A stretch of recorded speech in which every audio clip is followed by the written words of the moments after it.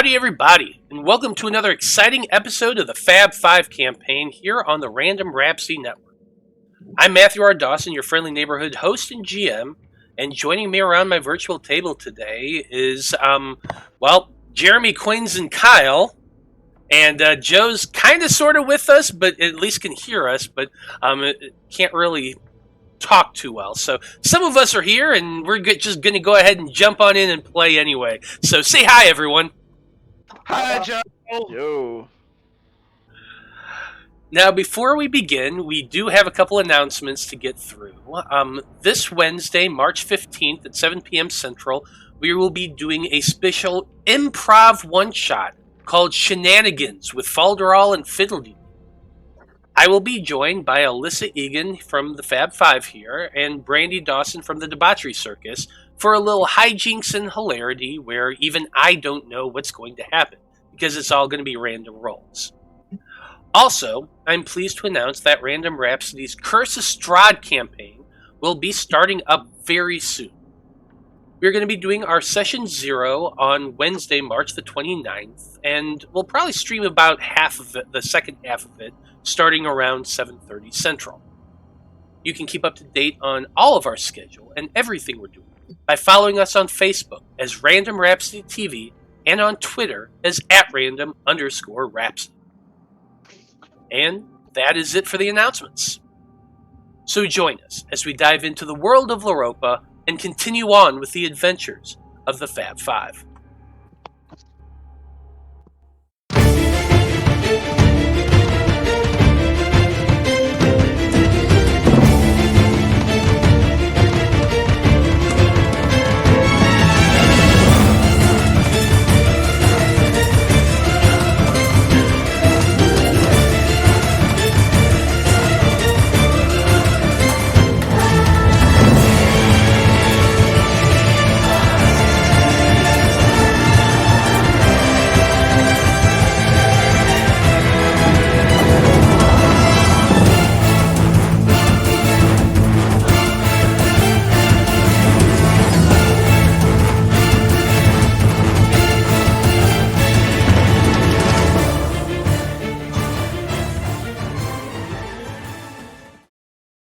And we're back.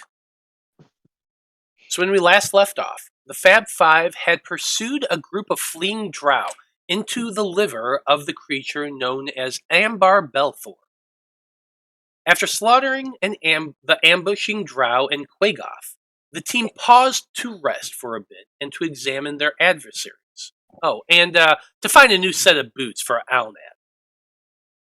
The team also noted how the Quagoth seemed to be changed and twisted, kind of cancerous looking, from those Veil had encountered before in the Underdark where he used to live.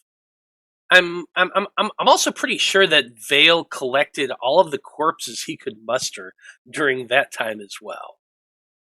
Sure did. After their rest, the team returned to the stomach to examine one of the sets of scaffolding the Drow had erected, where they found several crates filled with some rather interesting items.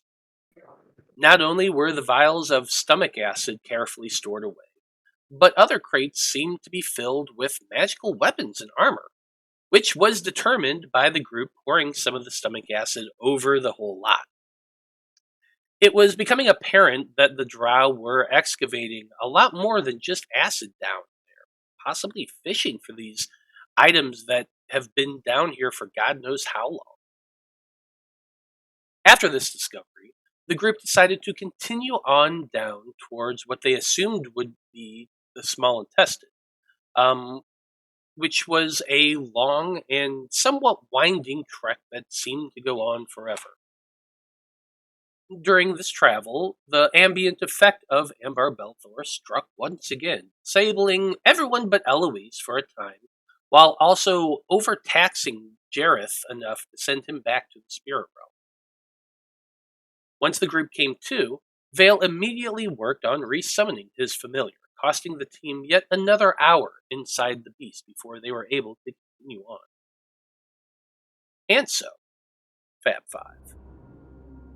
As your journey continued through the dark and foul tunnels, your group eventually detected another traveling in the opposite direction towards you.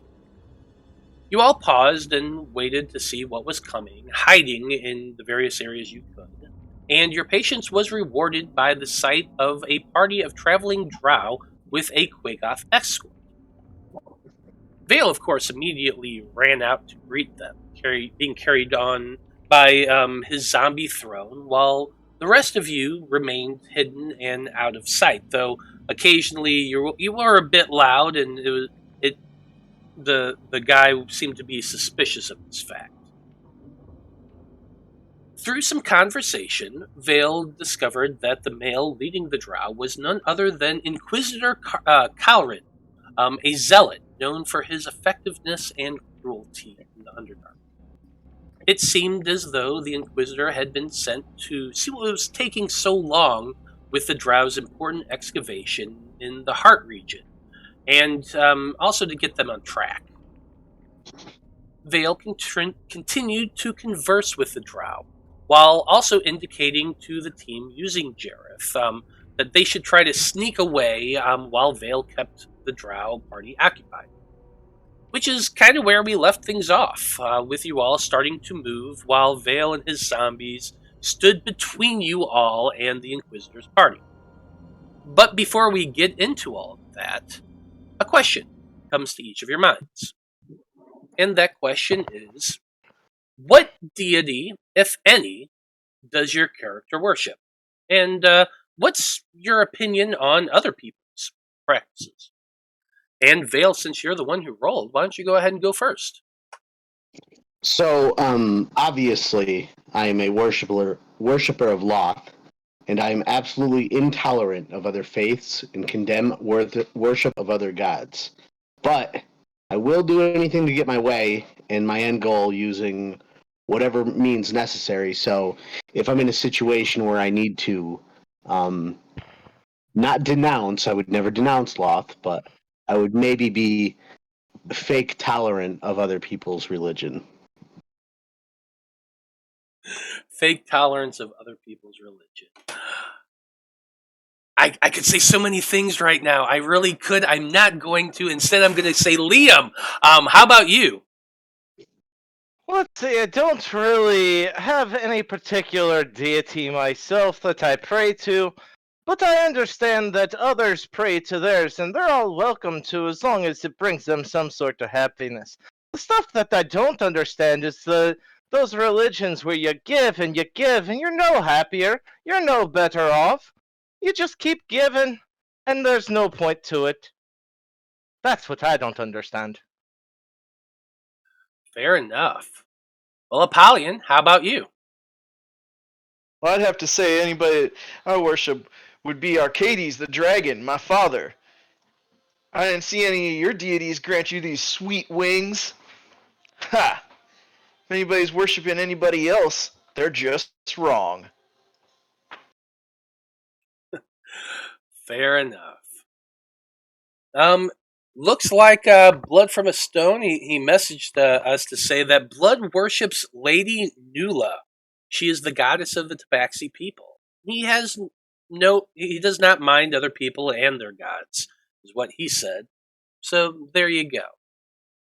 Hopefully he'll be able to get back online and actually, join. But moving along, let's go ahead and move y'all along back to the map.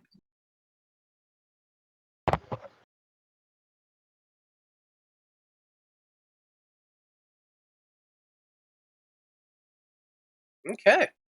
So, like I said, Veil still talking to the Inquisitor and their party.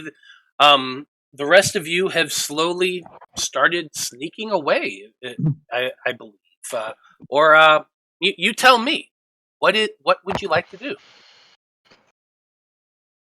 Well, according to Eloise's interpretation of the owl, I guess, we're supposed to head towards the heart, which is back where we came from, so...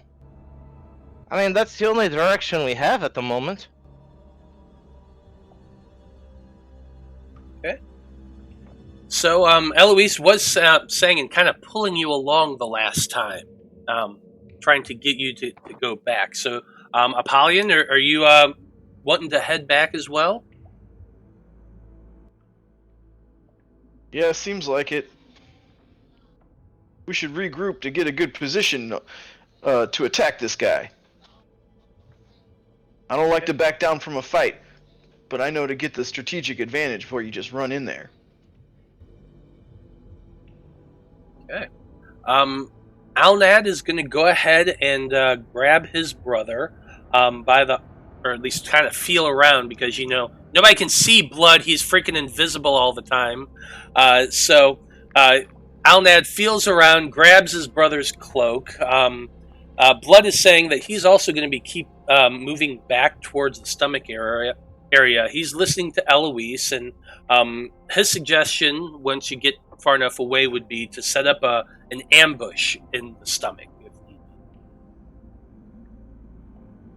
So, with everyone in agreement, I want everybody to go ahead and give me stealth checks as you all sneak away. I'll go ahead and roll for Blood, because I don't know if he has the ability to. Right. Do we still have Pass Without a Trace up? Yeah, you would still have Pass Without a Trace up. Eloise can cast it indefinitely, thanks to her Staff of the Woodlands. So, we're just going to assume it's up. Nice. 32 for Liam. 22 for Apollyon. 33 for Blood. That's a 43. Jeez. Yep.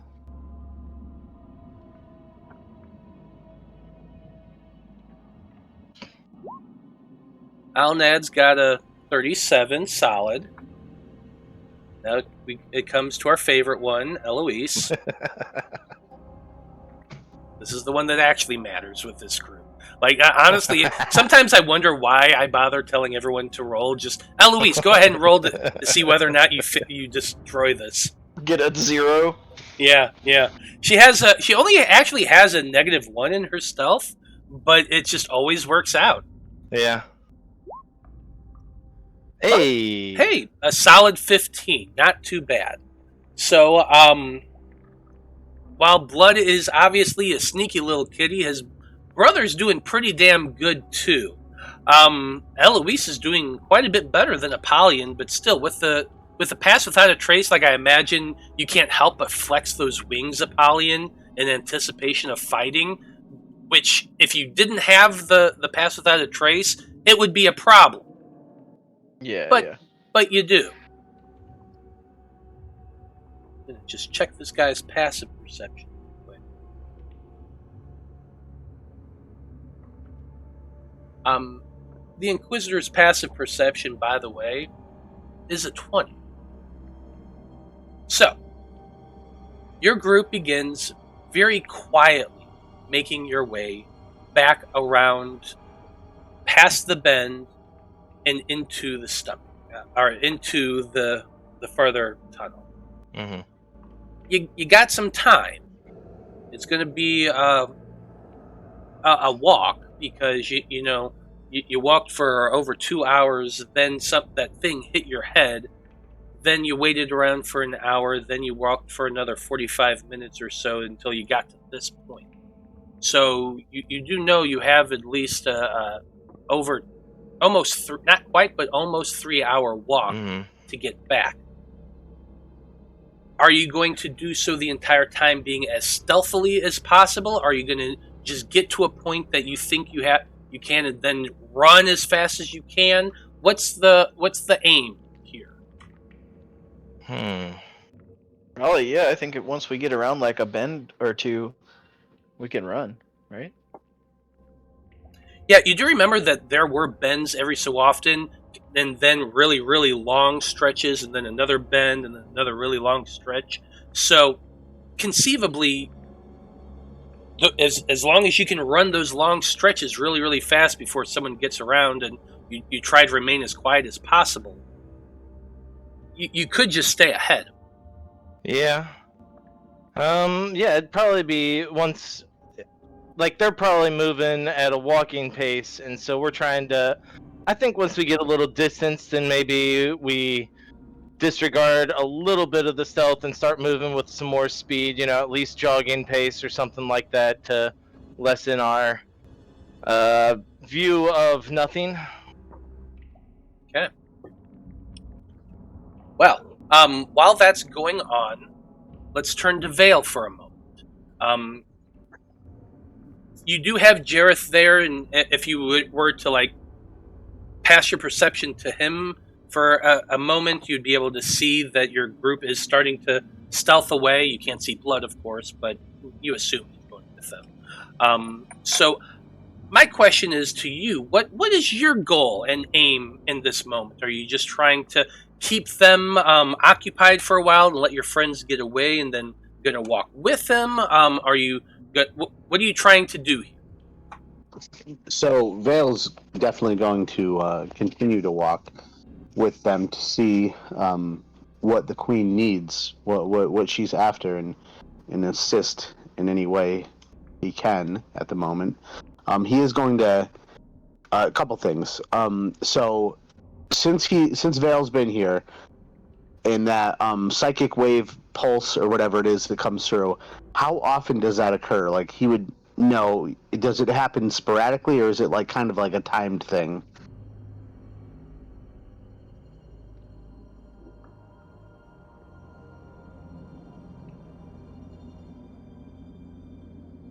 Hello?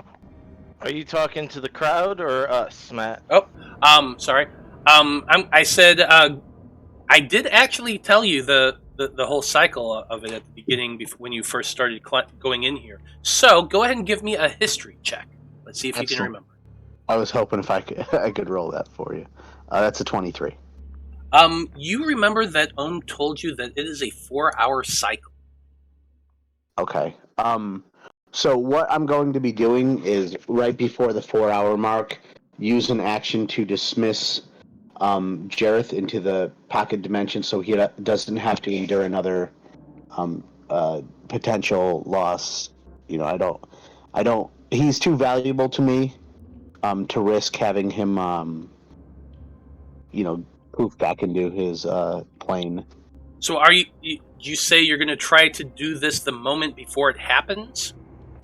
Generally, around the time, with enough time where I'm not frantically, oh, here it comes in 8 seconds, let me hurry up and use my 6 seconds to, dismiss him. But, within reason, on this, depending on the, the situation I'm in.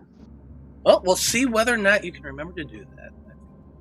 That'll be a check at that point, but Okay. You probably got a pretty good chance at it. All right, and my second thing is I'm going to turn to Inquisitor Calrin and say, by the way, where does that path that you guys came from lead? And Let's start. Yeah, go ahead. I gesture towards the opposite direction, to where they came from. If we were to keep walking the original path that I came from, where would I have led? Where would it have led me? Yeah. Where did you guys come from? Give me a persuasion check since we're at the beginning of a new game session. Let's see Where did how. you come from? Where did you go?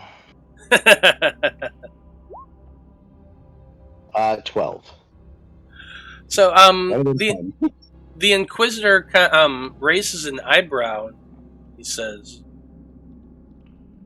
"That's an odd sort of question to be asking." He kind of peers at you like, "How do you not know this answer?"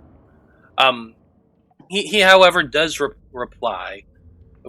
It leads to the creature. These are the creature's small intestines, and about an hour's journey back that way, it goes to the large intestine. However, we have what's the term? I suppose we tunneled up near about halfway through the large intestine to the southern side, and from there our tunnel goes quite a ways, of course, but it eventually leads to the Underdark in our kingdom. And with the word Underdark, Vale's eyes just light up. He didn't realize that it was that easy to get to from here. And in his head, he's thinking, I could be home, and in a few short hours, I could be home. He's just thinking that. Yeah, I mean, writing your 23 history, you know that the Underdark is big and expansive, and goes on for quite a ways underneath the surface. I mean, people like the entire surface of the planet lived down there at one point. So there's tunnels and tunnels and tunnels going damn near to the mantle of the planet, and but yeah, it's basically like an ant colony down here. So the Underdark is pretty vast. Now, it does eventually. You could go from the Underdark and find, the Underdark cities like that the Drow typically have. I'm trying to remember the name. I'm blanking on the freaking name of Drow city. It's Yeah, like me too. Mezaburan or something like that. Okay. But anyway, yeah, the Underdark is just a massive catacombs that exist underneath the surface that go all over the continent, and that's where the Drow and the Duergar live, and a lot of other really, really creepy bad things that you might not want to mess with. Joe's reminding me it is Menzoberranzan.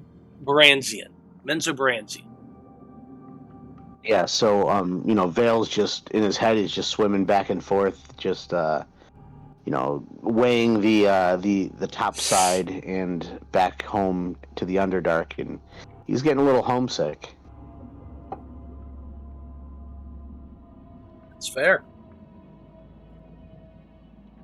But for now, unfortunately, we must move on and get on with our journey to deal with those who were supposed to be in charge.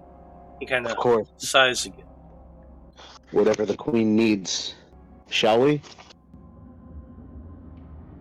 Of course. Please come join our party. And he does.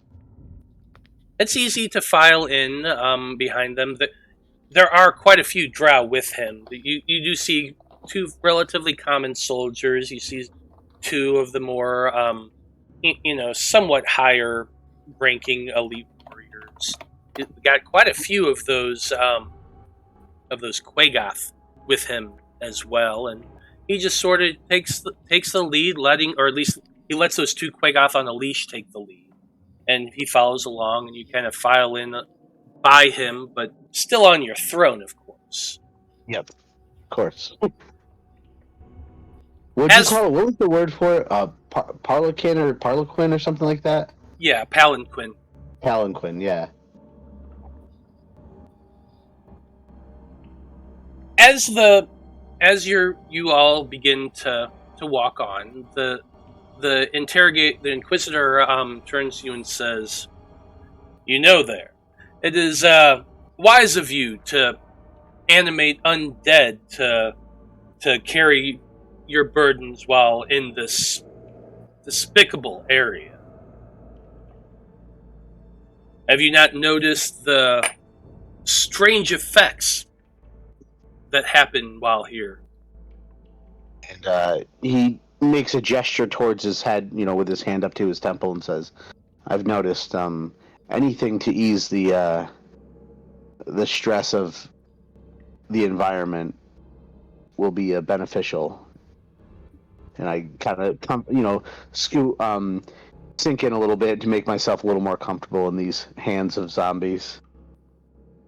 You notice as you do that, the Inquisitor kind of taps his chest over the spot of his heart, which you can see the armor that he's wearing there, and he says, "Oh yes, it is quite hazardous to those staying here long term.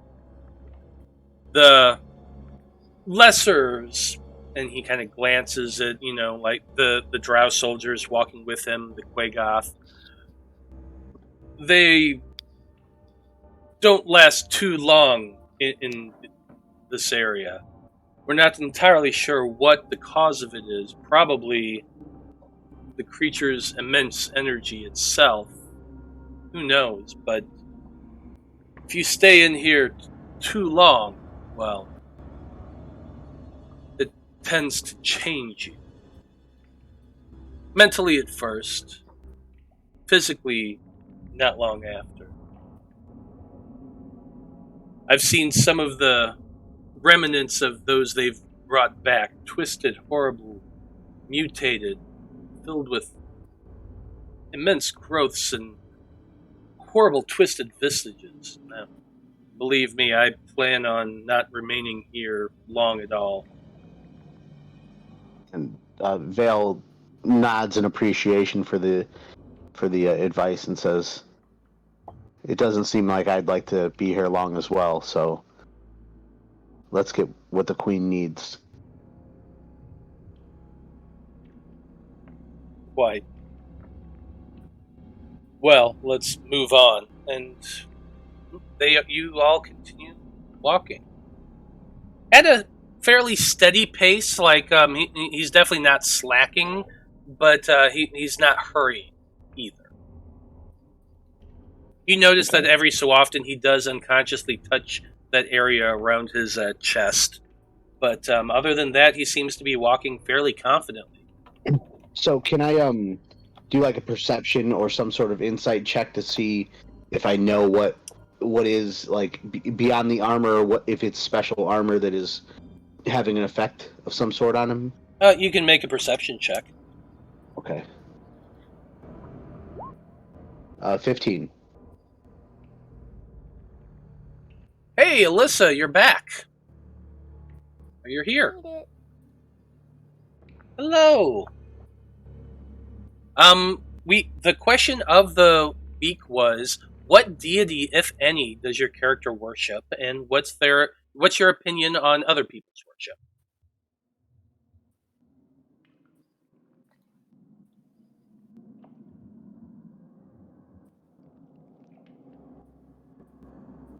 If you're saying something, we can't hear you. No, just thinking. Oh, okay. Eloise would probably say something along the lines of, "What's a deity?" That's fair. That's fair. Okay.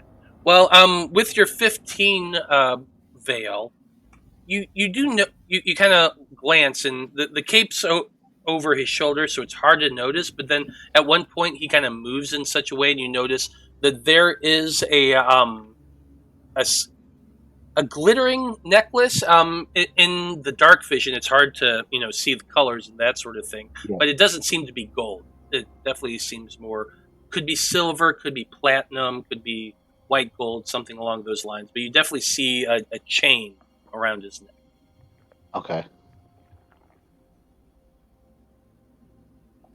Now, for the rest of you, Eloise, you and your group had all started hurrying back the way you came. I rolled for you a stealth check, and actually I rolled fairly decent with a solid 15, so you have a 25 stealth right now. Ooh. Nice.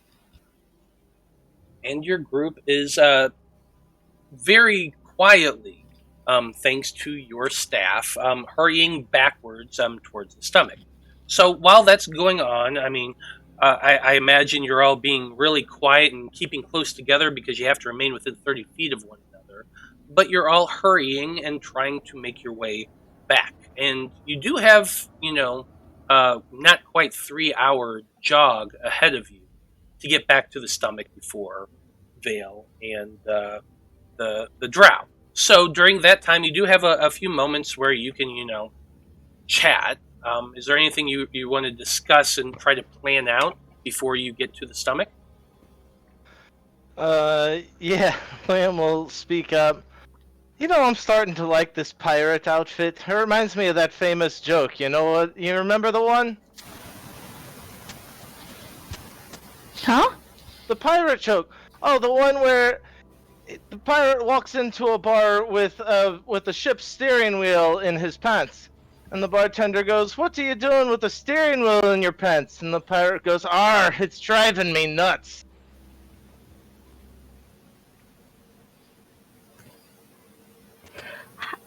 How would it be? Everyone takes psychic damage. I got coins to laugh. I don't care. One laugh works. That was a cringe laugh. Can't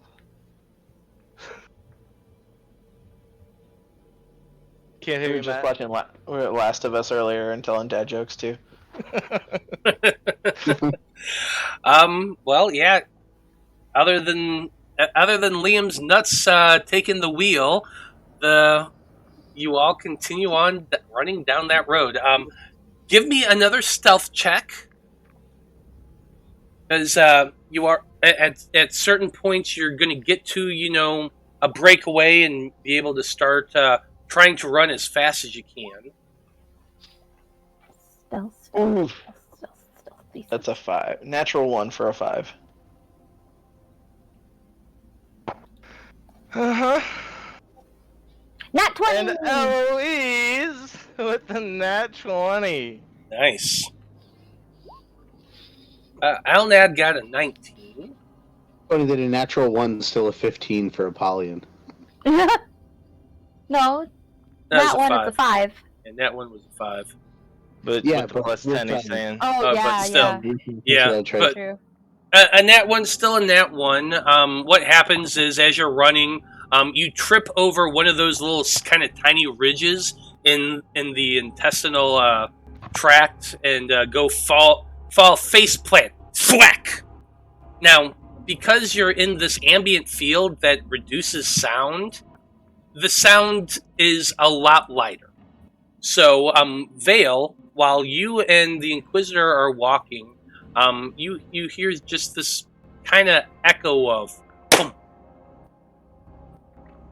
The Inquisitor looks around like, what do you think that was? Phil says, I'm not sure, but we should be on our guard. The Inquisitor calls everyone to a halt. He glances back at the two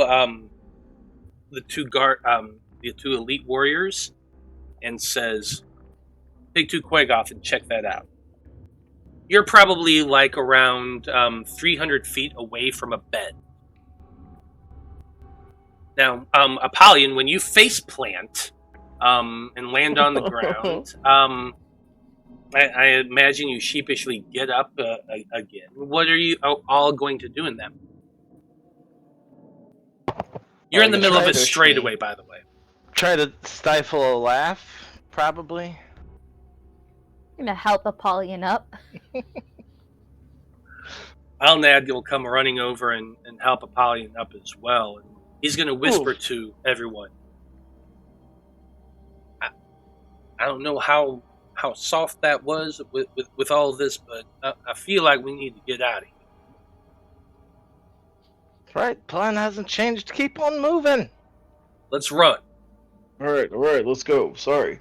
Everyone give me an athletic check.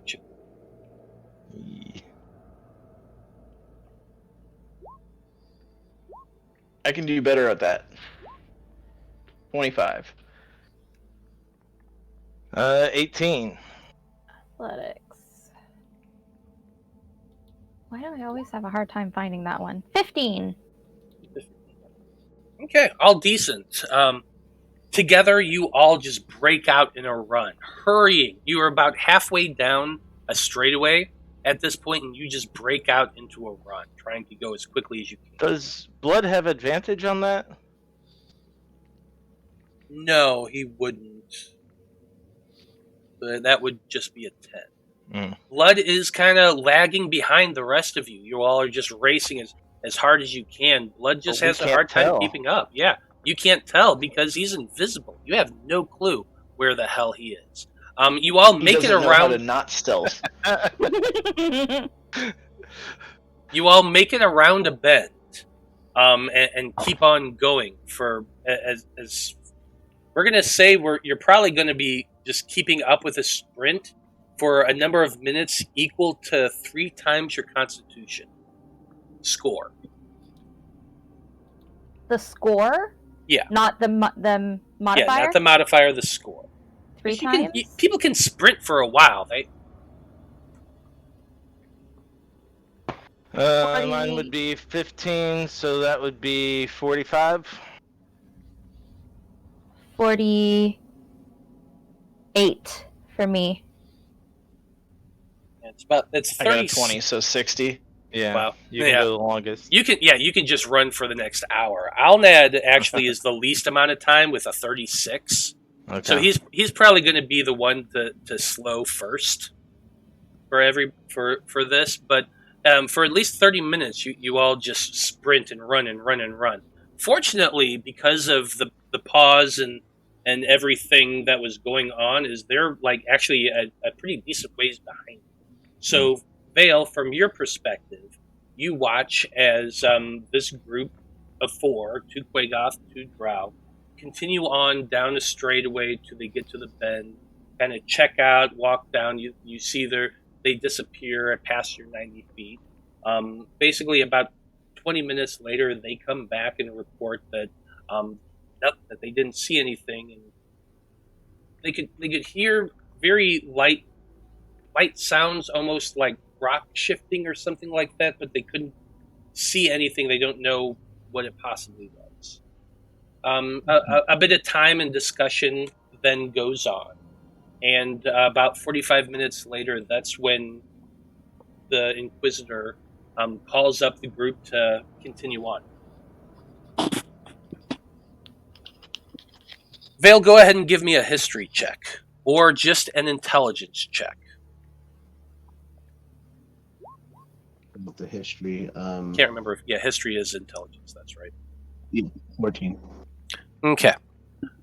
With a 14, you kind of overjudge when when the ambient effect is about to hit, and you poof Jareth away.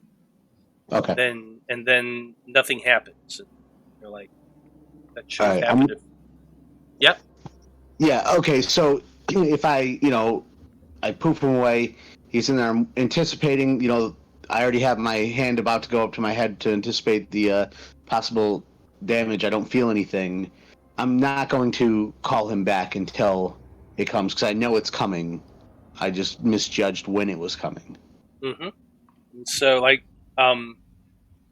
the guy, the Inquisitor sees you doing this, and the bird goes away, and you're like, you have your hand to your temple, like you said, and he just kind of chuckles for a moment as he's watching you, and waits until you put your hand down and look around, and he's like, "We have a bit of time still. Let's keep going." It's actually you only misjudged by about 7 minutes or so. It wasn't a long misjudge, but a few minutes later, that's when it hits. So everyone, give me that wisdom saving throw. All right. I really want this to be good. 24. 23. 13. Oof, 11 for 15 Alnad. for me.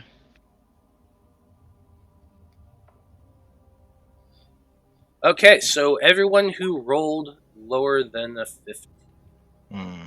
The zombies as well. Alnad. That's zombies as well. That's all these Quagoth, but I'm just going to do one roll for the Quagoth. I'm going to do one roll for the zombies as well. Ooh. 6. Ooh, Yep, they all take it. So do all the Quagoth. I'll do the rolls for these guys real quick.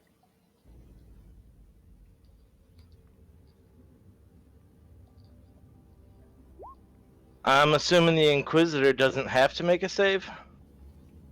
Why do you assume that? He seems pretty cocky. You're right. He does not have to make a save at all. He kind of just sits there watching it as all this happens. The zombies just all clutch their head, and like Veil, you have to grab onto them to not fall down as they all just stiffen. It's kind of a comical sight for the Inquisitor, to be sure. But as you're watching him, like, he's just acting like nothing happens. The Quagoth all grab their head and howl in pain. One of the two elite Drow clutches his head and howls. The other one's fine. One of the regular Drow manages to save. The rest of them all don't. So, other than you know that those handful of people, let's see. It looks like you saved. You saved with a 24, so you're fine. You watch the Inquisitor not bothered by anything. 2 of the Drow succeed. The rest of them all fail. And the damage we're going to all take is 7 points of psychic damage. Okay. So as I'm doing all of this, because I have a lot of tokens to do this, roleplay. All right. So if you could talk, I'm gonna ask a question. I'm gonna turn to the Inquisitor and say, that one wasn't so bad. I managed to shake it off. It seems like you didn't even need to try to shake it off.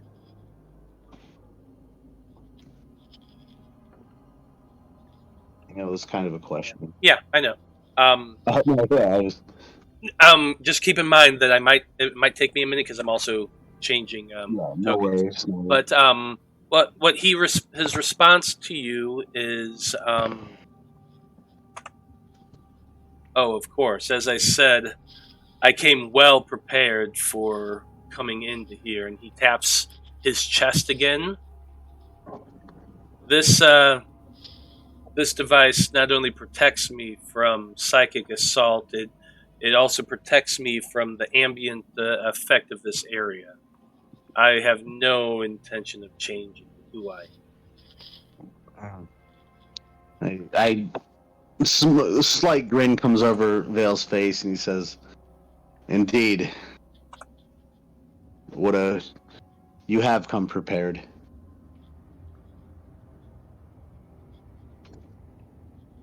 Over at our side, you hear funky butt loving. That hurts again. He looks up, and Eloise once again doesn't feel anything.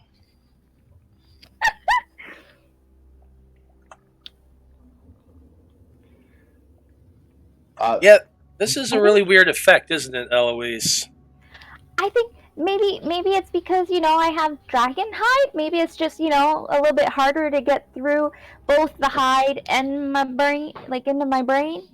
Maybe? I don't know. Right, super brain. I figured as much. Dragonborn, that makes sense, yeah. Super brain? That's new. Super skin Dragonborn brain? I don't know. Vale's going to use his action to resummon Jareth, or to pop him out of the existing dimension. Yep. Your owl poofs right there on your shoulder once again, safe from the assault. And in the back of your mind, you're like, okay, 4 hours from now. Yep. It takes about a minute for everyone to recover from this the stunning effect that this happens. Nobody's noticing any cancerous growths on their bodies just yet, but God only knows how long it actually takes. But what are you all going to do? Keep heading back? Yeah, plan's still the same. Are you traveling stealthy once again, or are you running all out? I think we're going back to stealthy because you got to take a little break after you run all out. Mm-hmm. Oh, definitely. Okay. So for the next, let's see, I got to do math real quick. So it actually only takes you about 35 minutes to get back to the stomach from this point. You've been continuing to head make your way faster than this group is. You're basically about it's hard to judge. I'll tell the audience. They're basically about 45 minutes ahead of Vale's. But anyway, after some running, Vale, during the last bit of time it takes you to walk there, are you planning on making any conversation or anything like that? Yeah, but I mean, I've got what questions I needed now. Trying to think. Well, I guess I could ask. Um, is how? So I'm assuming you've tunneled to the heart. Is it near the stomach at all? From what I understand, yes. There's several chambers that have been dug out of the stomach. They've made it to the liver and the spleen, as well as to the heart. They kind of had to dig up and around to get past the ribs, but they've tunneled to the heart. And is it a recognizable tunnel, or have you uh, made it hidden by any means? He kind of shrugs a little bit as he says, "I've not had any reports suggesting so. That, as I said, I haven't been there myself. Um, from the information that I have is just a short walk down through the stomach. That I have a map showing me exactly where I need to go, and I'm happy. I'll be happy to see it together with you. But as far as I know, it's not hidden. Okay. And yep, that's pretty much it. We could just do small talk. Maybe Vale will ask about this could be off screen. He could ask about anything new going on in the Underdark. How are the mushrooms? How's the mushroom harvest this time of year? Just stuff that somebody from the Underdark would be curious about, or just want to bring a little bit more of the home that he's been missing back into conversation. I mean, you don't need to tell me all this stuff. It's just off screen we could more of a small talk, gaining more trust and stuff like that. Absolutely. Well, as you're all doing that, as for the rest of you, you've made it into the stomach once again. I'm going to go ahead and move y'all to that map, just so you can see what's going on there.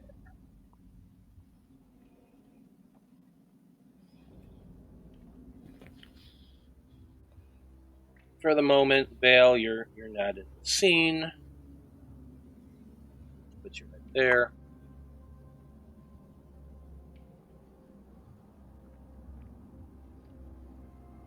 The rest of you, a little bit ahead of Vale, have made your way out of the intestine and back into the open chamber of the stomach. You can now see those big pools of acid all over the place in front of you.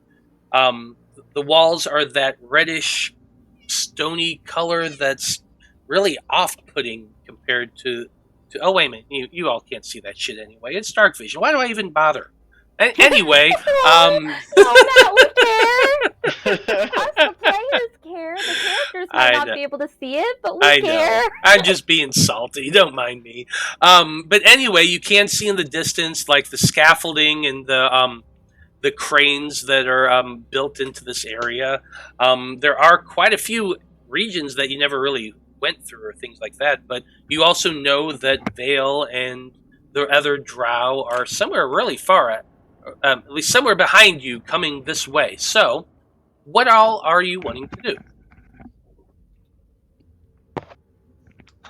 Alright, we made it back where we were already. That's so comforting. Should we hide? What do we do now? Yeah, let's set up an ambush. We'll squash them like ants. They're gonna have to be coming right out where we're coming out of right now.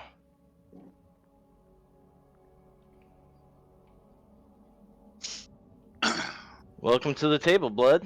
Oh, yeah. Yeah. So what's the plan here? Here's the problem. If we want to ambush him, how do we do this without killing Vale or his pets? Well, I mean, Veil will get out of the way and start fighting on our side, or something else Really? will happen. Maybe he will. I mean, we don't know what he's going to do yet. I still have to believe that he's just not telling us everything, and that he's still with us. Yeah, Vale's one of us, isn't he?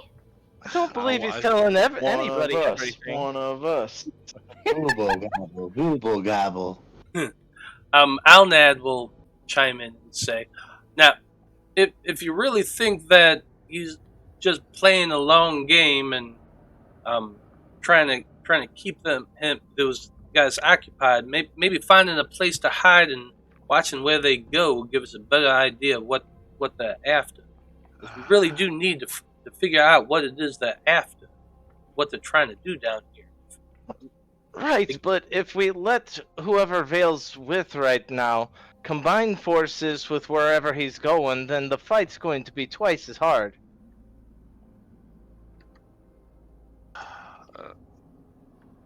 Maybe if we just see what direction they're heading in and start picking them off from behind? Or maybe a couple of us in front hiding and a couple of us in back? Kind of get them in a crossfire? Whatever And then you I come think in is from the best. top rope with the elbow! Right, I don't really think we're going to be quiet for very long once Polly sees a fight. Look, I'm telling you right now, if Vale's not on our side, he's getting the tombstone pile driver. Don't threaten him with a good time.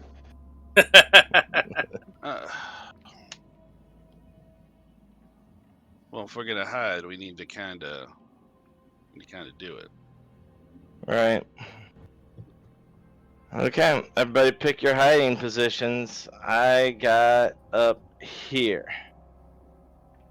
So, I'm behind this crane or the scaffolding. Yeah, that's some scaffolding with a ladder Oh. climbing up to it, and underneath that were a bunch of those crates that you had looked through. I can't remember if you did you take those weapons? I don't remember if you did. I Yeah. don't remember checking crates. I think we kind of Yeah. flew through here and checked Yeah, bodies. we checked the No, ones you checked that- some crates. You Yeah, checked. we Yeah. checked under this one. Oh, yeah, we did. Yeah, I just don't remember if you because remember there was a big crate full of vials of Yeah. stomach we took acid. those, There's yeah. more just empty vials, and there's a thing full of weapons and armor. You took all that shit. Yeah. Okay.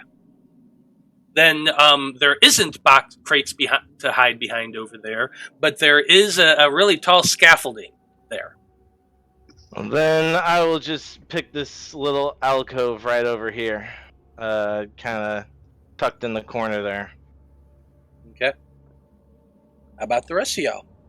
I'm Wouldn't gonna you- Oh, go I'm gonna ahead, Paul. fly up onto this crane over here and kind of perch in the middle of it. Like a fucking gargoyle. Yeah, yeah. Jesus Christ. I'll hang upside down like a They're like- bat They're like, and wait a minute. cover was that myself there with my before? wings. And then when they come in, you just flap out all fucking crazy and fly away, right? Yep. On the walls, like up on the walls, are there like any kind of like pockets or like ledges anymore? Or is it just pretty much? It's pretty much just ridgy. I mean, Looking, blood, you can hide in plain sight, stone, dude. I know, yeah. but Yeah, he's- you actually can't be invisible because you're just invisible to anyone with I know dark he's vision. he wants that good sniping spot. Now we went up this path before, right? Yes, you did. You did go So up that that's path before. Probably not where they're going, because that ends in the liver and the was it the kidney? You don't know. It was the liver and the spleen. Spleen, okay. Yeah. You know what? He'll come kind of over here, tucked around this wall. You can see them coming in. You can see Eloise over here. So is there a trigger to start the fight, or do we all just, fight whenever we feel like it? Well, I mean, if you want, I could shoot the big guy. The one that he was so excited about. You got some time to talk about this because it's been about 15 minutes, or it's probably been only about 10 minutes or so that you've been in here so far, and they're not here yet. So Apollyon's on top of the crane, looking like a gargoyle. It's kind of That's big just and bad. obvious. I think it's just a bad idea, but we'll see where it goes. You do know It'll be that fun. you do know that tunnel opposite where Liam is went to the liver. There's quite a few places you haven't explored yet. You Yeah, I haven't explored think up up beyond here, yeah. Eloise. There's also an area more back this way that you really didn't look through too much. You I just know. kind of ran through. There's a crane, or there's another last scaffold somewhere back over here from the earlier fight. Yep, there's some scaffolding over there. There's a big crane over here in the middle. So there's a lot of stuff here. Let's explore. This doesn't seem like that great of a hiding spot. Well, Maybe- I mean, do we want to take them as soon as they come in, or do we want to follow them for a bit? We might as well see where they're going. Then we can get their rears. Polly, that sounds downright tactical and clever of you. Wait a minute. When you say get their rears, are you mean your Yeah, get what their rears, what or Liam said, surprise I guess. attack? That's a great idea too. I'll just start laughing. He's like, all right. He's like, I see what you did there.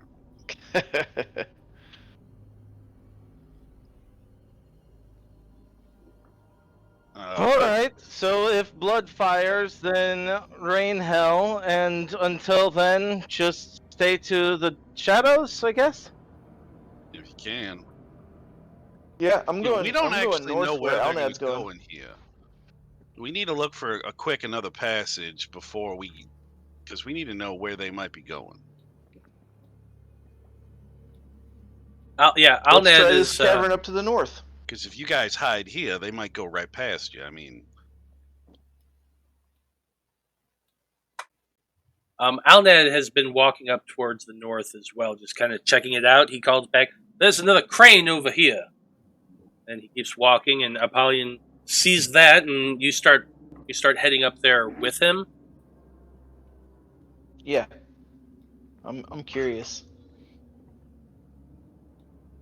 As you make your way through here, you can see that there is another large pool of stomach acid all through this area. But what piques your interest the most is that there is a tunnel that seems to be going further north.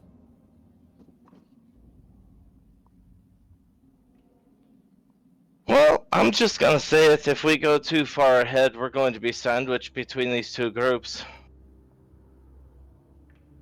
well, if they saw another tunnel, that's probably where they're going.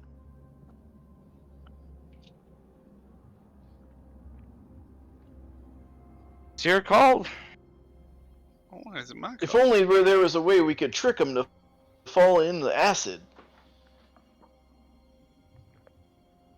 Tell them it's a good time, Beth.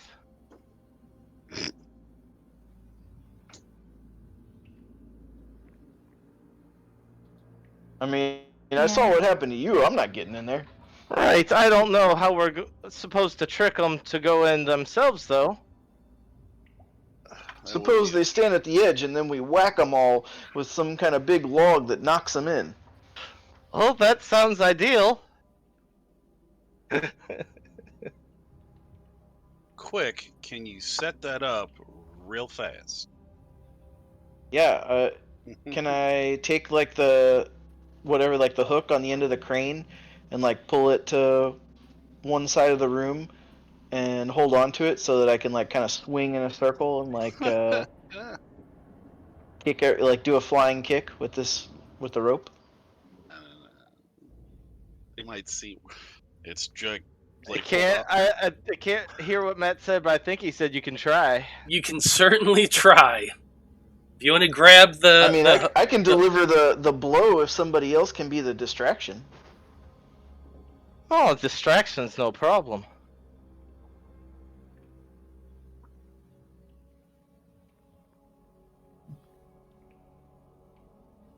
So the plan is to have Apollyon hide on the side of the acid and use the crane as a swing to kick somebody into the acid to start things off. Is that what I'm hearing? Well, if you, Yeah. I'm just thinking, if you do that, you're trying to take the whole group in one push, And Veil's part of that group, and we don't know that we want to push him in yet. Well, we'll decide when the time's right. We'll know if he's on our side or not. Also, I could also breathe my dragon breath on him. We'll know. We haven't known this whole game yet, but yeah, we'll know in the moment. Definitely. I'm gonna click my boots of flying just so that I can fly over the little bit of acid. I'm gonna keep walking this way. Oh, son of a bitch, more acid. Oh, there's a little pocket here. I'm gonna hide in this little pocket. Are we wanting to make the in here? I mean, we can kind of ambush them on the way. I mean, if you really want. I mean, or we could do it out there. I mean, I'm good to go out. Maybe you engage them out there and then lure them back into this smaller room. I'm gonna take the rope or whatever and go all the way back to right over here. That way I can like swing in a circle and then hopefully hit them like right here. Does that make sense? Like counterclockwise. This is like some Indiana Jones shit I'm thinking about. You know what I mean? How tall is the crane? Yeah. You can see. It's about about 25 feet tall or so. Okay, so there's a. Yeah, he can grab that hook and kind of fly it over there and have it hang. So you can put your legs hold back and then try to swing. Hey, instead of me being in the line of fire, which I think is a great idea to start off with, Eloise, do you have any sort of maybe illusion that could stand here instead? Anything like that up your sleeves? Hang on. Is this a ritual spell?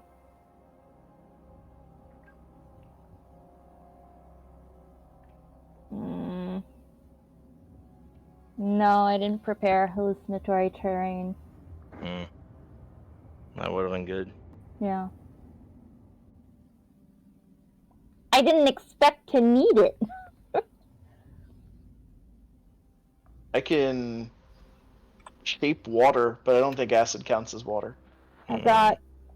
but I think this just lets me step into... Yeah. Meld into stone isn't gonna help. Maybe we go further forward until we're in a room not full of acid and see what the other options are. Think we have that much time? You've got time to set up a swing set. I think we've got time to look forward five more chambers or so. One more chamber? I don't know. I don't know. Can I make a sound perception to see if I hear their dog creatures quake Sure. off? Yeah, go for it. Go make a perception check. All right. Let's see. Douche.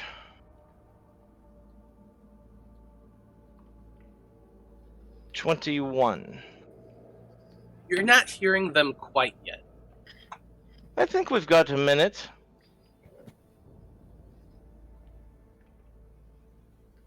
Can I have Apollyon fly me to the other side of this acid, because I am the only one in the group that can't fly or climb walls? Alright, I'll use one of my pitons real quick to stake it in the wall and hook that hook there so it's waiting for me in position. Okay, yeah, you can take a minute to do that. Then you're going to grab Liam and fly him where? We're going to go check the next chamber up, see if that's maybe a better attack point. Up here? Yeah. Wow. Okay. Oh shit, I have a 10-foot pole! What are you going to use it for? Maybe we can trip them.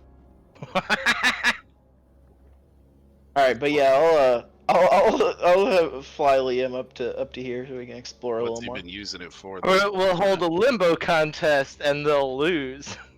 That's right. Okay. So you grab onto Liam, fly him across to the other side of the acid.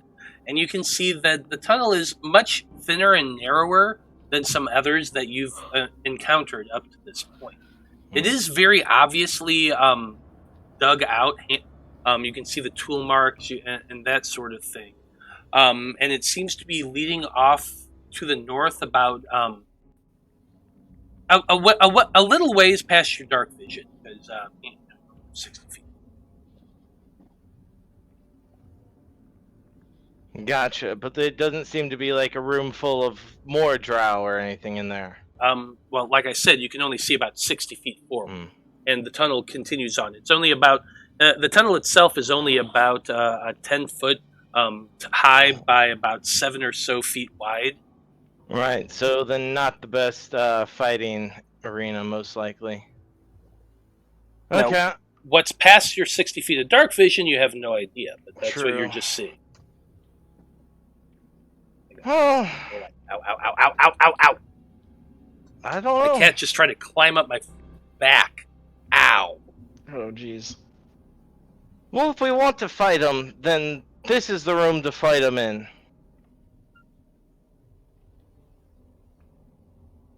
I think so. How many, I guess, because I think Blood probably would have been the only one that would have been able to get a good look at the somewhat of that group, because he was, I guess, invisible, since everybody likes throwing it out there. Mm-hmm. How many, did he see how many bad guys came around that were talking to Veil? And amongst all, because Veil didn't have his, did he have his zombies out? Yeah, he did, I guess, at that point. Yeah, he did. He walked around the corner with them, yeah. From your perspective, so I remember seeing him come around the corner, but I don't remember if you had us leave before you really pulled everybody out, or... Yeah. So from I'm looking at the angle from where you were and what you have been able to see. You would have definitely been able to see the two Quagoth in the front and the guy holding the leash.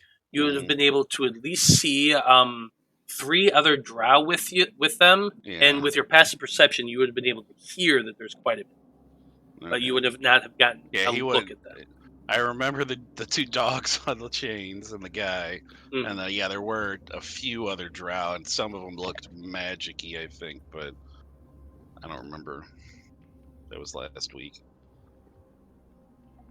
Yeah, that's about what you would have been able to see.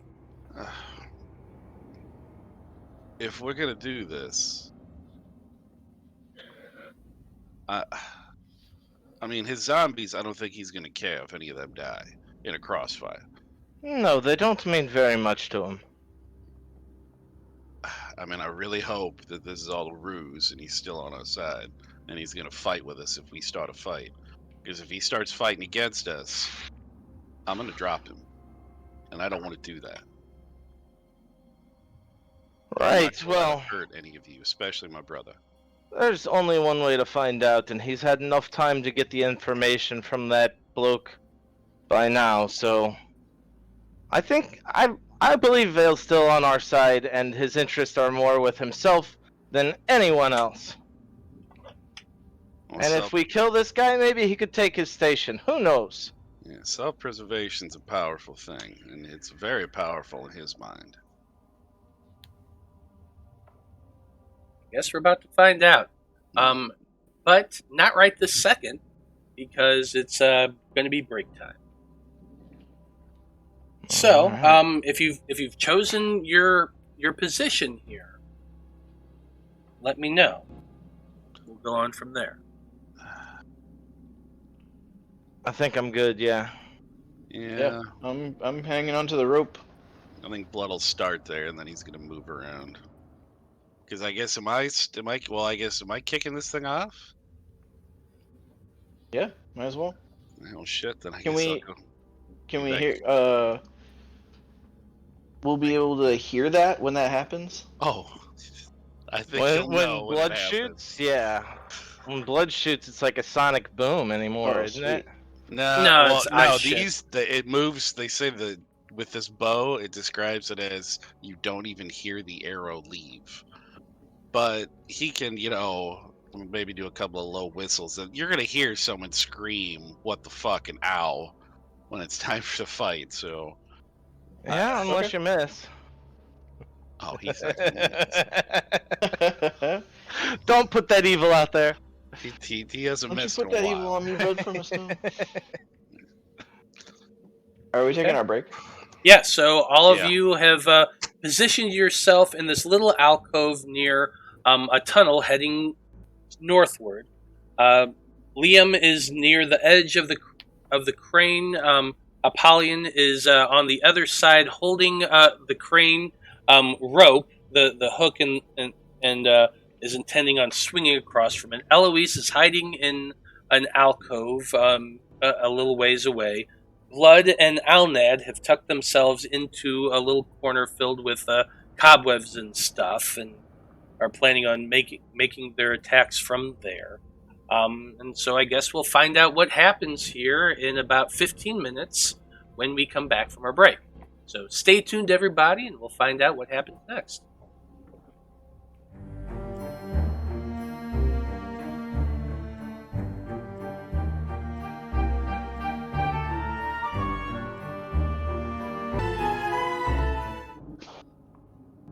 Howdy, everybody. We are back. Sorry it took a little long. We were actually reminiscing about the beginning of this campaign. I can't believe it's almost been 3 years. But we are picking things up right where we left off. And after everybody gets in position, about 10 minutes later, those of you with your super high passive perceptions, if you have over a 20, you would be the first ones to hear the group making their way out from the intestine and into the stomach. Veil, you're probably there in the middle of this whole collective because the Inquisitor has been chatting with you this entire time that you've been walking, talking about, the events going on in the Underdark, what their plans are against the hateful High Elves in the lands above, you know, that sort of stuff. Yep. But the group makes it to the edge there. Once they do, the Inquisitor pulls out a piece of paper, just basically it's a leather-wrapped tube that he takes out, pulls a map out of it, kind of looks at it for a moment, and points down towards that area that you have been to previously, Vale. And he says that way is to the liver. That means we will have to go around this acid pool here, and there's another one much more difficult to get over, but fortunate. And he snaps his fingers, and one of the Drow next to him, one of the elite warriors, pulls out the small device and holds it up, and he says, "We have a bridge to get across." Excellent. The Drow puts it back into his coat pocket. The group starts making their way around. Now, I'm not gonna. This is gonna be kind of complicated because you know there's your group and there's all of them. Yada yada yada. It's gonna take me a few minutes to get on the map. So instead, I'm going to use one token to kind of show the path that they take. And then you're going to tell me at what point your group attacks, and at that point, that's when I'll actually fill it out on the map, because depending on where you attack them, that's where they are. Does that make sense? Yeah, I suppose. So they're going to be making their way down along this ridge here. You see at one point, one of them takes the small bridge out. It's basically just a 5 foot wide thing that extends. Kind of like the same way an extendable pole does. They all cross it. He picks it up again. It collapses. They start making their way up along here. Now, about this point that they get there, their passive perception comes into play. So I need everyone to go ahead and give me their individual stealth checks. Eloise, you still have your staff. It's probably still active. So... but I don't think anybody's 30 feet away from you, so you're the only one that's going to get help from this. Yeah, no, Apollyon's too far. I just checked too. Alright.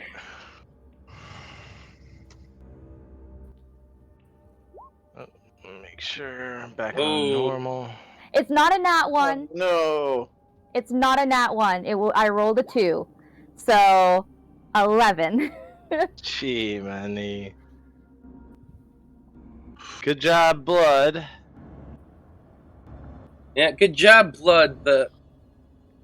As for the rest of you, about the time they get there, some of the Quagoths start making sounds and grunting and groaning, and you also notice that the lead Inquisitor peeks up and begins looking around. If he ends up looking, it looks like he kind of like locks in on Aldan. Blood's gonna start shooting him. The lead Inquisitor. Yeah, Alnad he rolled a 11, which this guy definitely Same. would perceive, and so that's like Alnad stand crouched down there. You can see the guy there. He looks in that direction and he seems to be pointing something's over there. And so that's when you unleash your attack. So let me go ahead and move things around here and get this all set I'll let up. you place everything. And then I know you gave me those Drow poisoned arrows, but we didn't get any stats for them. So you'll have to. Oh, let me. I don't think they're not that great. I mean, they can't. I mean, it's probably whatever Drow poison is. I think it's like 1 or Yeah. 2d6. I don't remember. I'm pulling up the drought. Yeah, I'd say just pull up a regular Drow. It might tell it on theirs. I think it came from the Driders. Well, it's probably. I would assume it's the same stuff. It's though. the same thing Okay. either way. Like, unless I mean, do Driders make? I their don't own know. poison? I have no clue. Let's look if there's a difference. Yeah, because I remember we were taking poison damage, but I don't think we were doing like the poison condition. Okay, yeah. If you took them from the Drider, Yes. they do an additional 1d8 poison, just straight. 1d8, okay. Okay. Did you take any bolts from the Drow? Because they had crossbow bolts. No, because mine's a bow, so it's not a crossbow, unless somebody else did. We probably harvested them to use but you're not later, using those. Okay. But yeah, Eloise took a rock to the face. Well, if you do intend on using those, you got to remember that the Drow crossbow bolts are different from the longbow, the arrows. Yeah. Okay. Well, I'll just I'm make going to go ahead and move things around. 1d8. Just go ahead and make a quick stat for it. 1, 2, 3. Drider is Drider, right? Probably. Yes.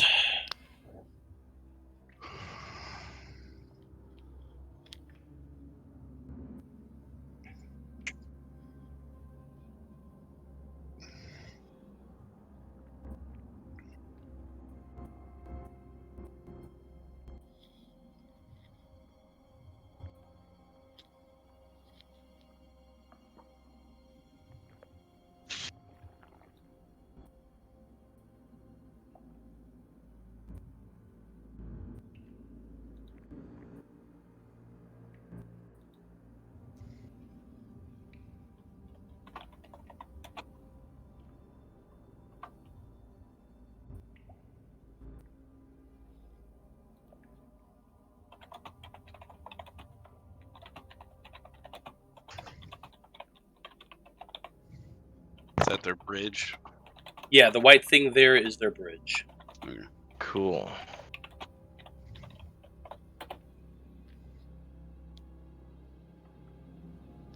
Oh, it form fitted to the squares too. Or you did that, whatever you did. I moved it. Yeah, I moved it to the map layer just to get it out of the way. So no accidentally clicked on it.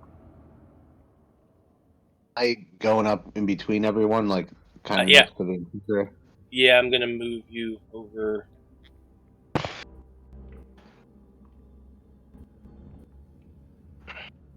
feel like I put myself very far away again.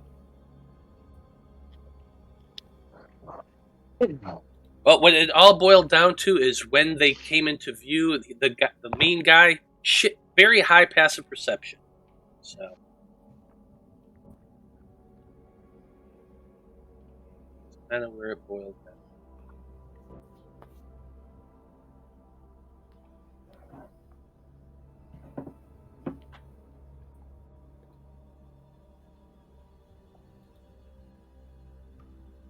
that guy's just kind of standing.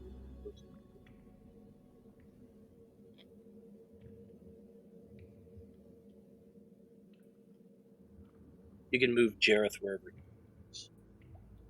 It would be.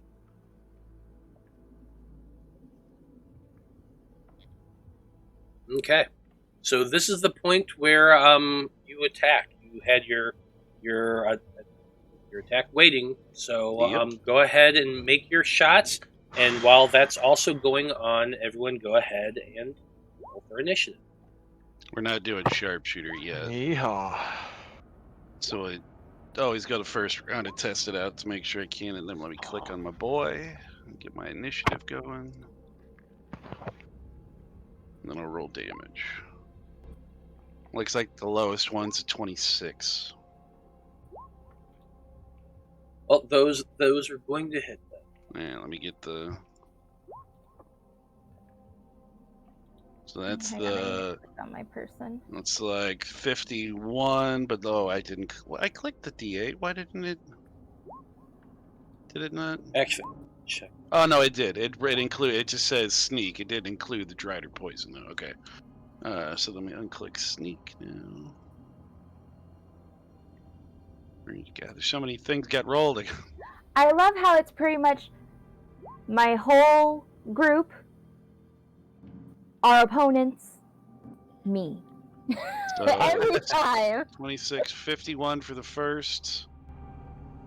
21, 27 for the second. 25, 27 for the third. So another 54 plus. One second. It's over 100. What were the? I had to go look at something because. So it's 51 for the first attack. No. What were the attack rolls? Oh, 26, 27, 27. Okay, yeah, you're good. Yeah, so it was 51 for the first with the sneak. And then it was 22, 27 for the second. 25, 27 for the third. So that's what, 54 plus 50, 105? 105 points of damage. God damn. So these 3 arrows just come flying out of nowhere. There's not even a sound as these 2 drow are putting down this bridge in place, and this guy notices right then. He sees Alnad. Suddenly, 3 arrows. Thunk, thunk, thunk. He cries out in massive pain. Still definitely alive. And he looks around. Enemies out there in the dark! Spread an attack! And I still need to finish rolling for initiative, so...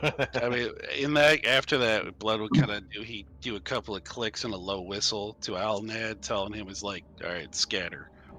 And then he's going to kind of move around the corner here. I'll do athletics check if you want me to have him climb the wall, get over the edge if you need me. Oh, no, you don't get to move now. You got your one thing, and that's it. And then we're going into initiative, so just give me a second. Oh, well. I mean... Yeah, I'm sure you'll be first, so then you can do all this? Go again? That's just cheating. I'm going to have to go sharpshooter this time. It did so well. But now watch, I'm going to biff it on these. Well, by your rules, you only get 2 shots now. Now You don't it's get 2, 3 again? Okay. Yeah, no, the opening round, it's just that Umbral. It's called Umbral Ambusher, or no, Dread Ambusher, where he gets a third extra shot. So to all those GMs out there, anytime one of your players wants to go Ranger Rogue as Gloomstalker Ranger and Assassin Rogue, just tell them no. Just say no. Hey. Yeah. You're an assassin rogue, Blood? I am. Oh, Yeah. shit! I hate to be the guy. Oh, God, that first one crits. Well, that's actually true. Shit, so that's the first one was 51. So that's 102 on that first attack. Plus the 54. So it's 100 and...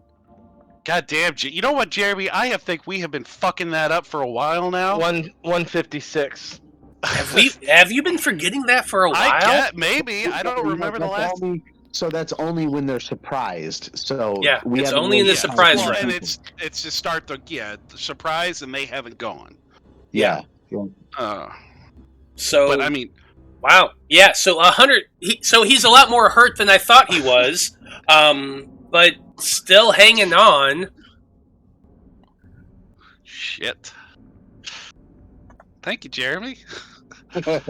Yeah. You know what? I've been helping him remember to roll advantage because of his fucking boots. Next time, come with this sooner. If I'm being stupid, you gotta help me out here. So I said, I hate to say it because this is my boy you're shooting and all. Yeah, he's good. You know what? You can keep him later. I promise. Well, let's go ahead and get some music going on here. Yep.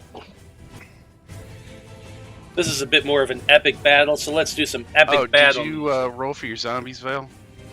Or are they go on your Yeah, turn? Never my mind, they turn. go on your turn, yeah.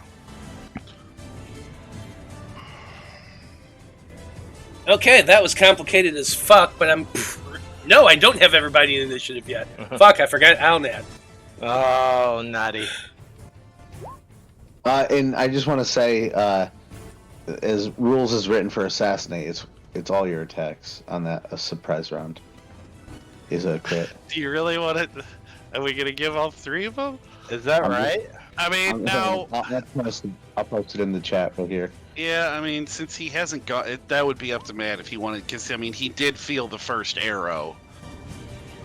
So, But he is Okay. surprised. At level 3, you are the deadliest when you get the drop on your enemies. You have advantage on attack rolls against any creature that hasn't taken a turn in combat yet.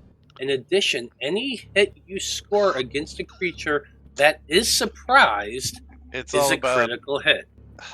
since you can't see him. It's all what you want to say since you can't see him. He can't see you. He wasn't expecting it, and held. Well, that's another good question.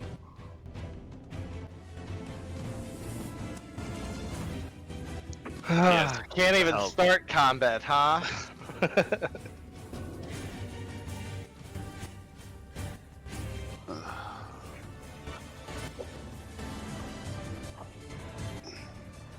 Okay, so here's the thing about this that we also did not think about.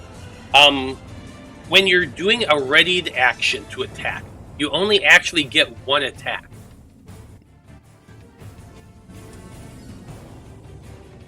Yeah. I just assumed I was starting combat and letting it go, and then. So I mean, if you want to say that That was why I was saying you don't have to give the second two crits, just because I was like, I mean, he felt the first arrow. He's not surprised anymore. I mean, obviously he knows something's going on. Just So because in he the can't same- see me. in the same line, if you're starting off the round, wouldn't that still be he'd still be surprised? I would So think he's not. Your next attack, so the surprise round went off, or the whatever that initial round, the ambush round, but now you're starting your turn, he's still surprised. Or if you want to negate that, he's surprised now. So here's how it actually works as rules. Rules is written is that if you're making if you have a held attack, you're making one attack. If that happens and that's what triggered combat, you would have done that one attack, and then your turn would start naturally after that.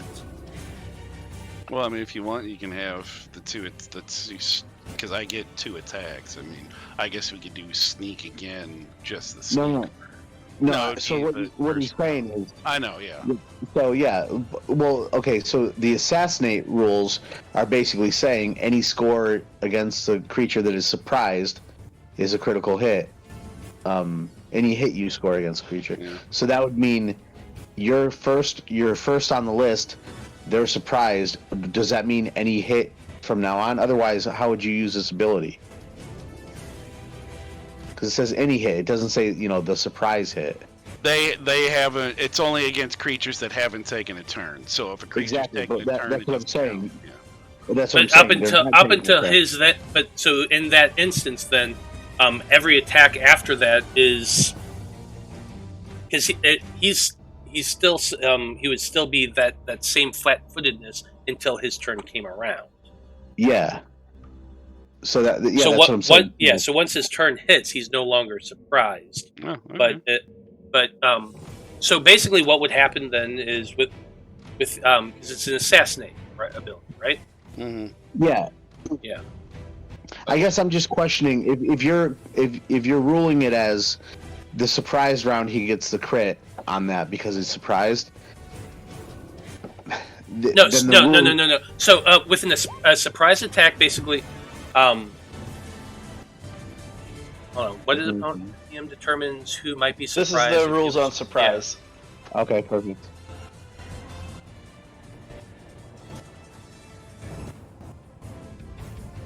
At the start of the encounter. Okay, so here's how we're going to do this, just to make it simple. We're not going to call it a held action. We're just going to say that this is a surprise round, and so you went first in initiative, and you got your 3 attacks off. Gotcha. Okay, that works. That's going to make. He also get his move and his bonus action. Yeah, so he's still going to have his move and his bonus action, but since this is a surprise round, and this guy was obviously surprised in this instance, all 3 of those hits were fucking critical hits. Well, then they weren't 17 on the second ones. They were, what was they? As the total damage over... the second ones were each 27. Yeah. So that would mean those would be doubled, each of them. So we're talking just a little bit over 200 hit points? Yeah. Or 200 damage? Okay. Yeah, 56 times 2 comes to 112 plus the 106.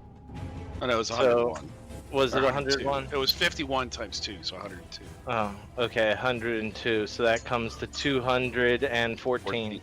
Yeah, and that's more than this guy had. Hit points this guy had. Just straight up. I thought you said that his passive perception was high. Yeah, but not. So he didn't notice blood. He didn't notice blood. He saw Alnad. Yeah, not blood high. Yeah, blood's invisible. He had no clue that guy was there. He saw him. He was like, "Hey, there's somebody there," and immediately blood attacked, which started off the sneak attack round. 21. Yeah. So. Damn, that's awesome. That's ridiculous, and. That's what I was in my other character. I was an assassin rogue. Yeah. Didn't you have fucking devil sight too? And he was a warlock as well. And I had kill everybody. 2 levels of warlock, just enough to cast darkness and get devil sight. Yeah. Yeah, well then, with his movement, like I said, he's gonna kind of look over at Alnad. He can't see him. He's just gonna kind of give him a couple of clicks at a whistle, telling him go to ground, scatter, and then he's gonna move along the corner. Do you want him to roll an athletics check to hang onto the wall, or not an athletics, the acrobatics to hang onto the wall? Or? You have a climb speed, so you can climb along this. Yeah. Yeah, so he's just gonna do it, kind of hide over here where he could still see some of the group, but obviously snipers move in position. They don't know where he went. So now that's his turn. That's his turn. This is a sneak attack round. The Drow did not. It can't move. Liam, you are hidden over here near this this crane. What are you wanting to do? I would like to pull off one of my necklace fireballs and throw that down towards this group right down here. Ooh, you haven't done one of these before, so go ahead and pull out your radius and show me where it is you're trying to throw this. I'm going to go ahead and move them, let everybody see on the map. Right. I haven't had to pull these out yet. Sorry, give me 1 second here. You've never had to pull one of these out before. Well, not on this game. What is it, a 30-foot radius? 20. 20-foot radius, okay. So... Yeah, Pinky was dropping some mad shit on us. You had to get some radiuses out. That's true.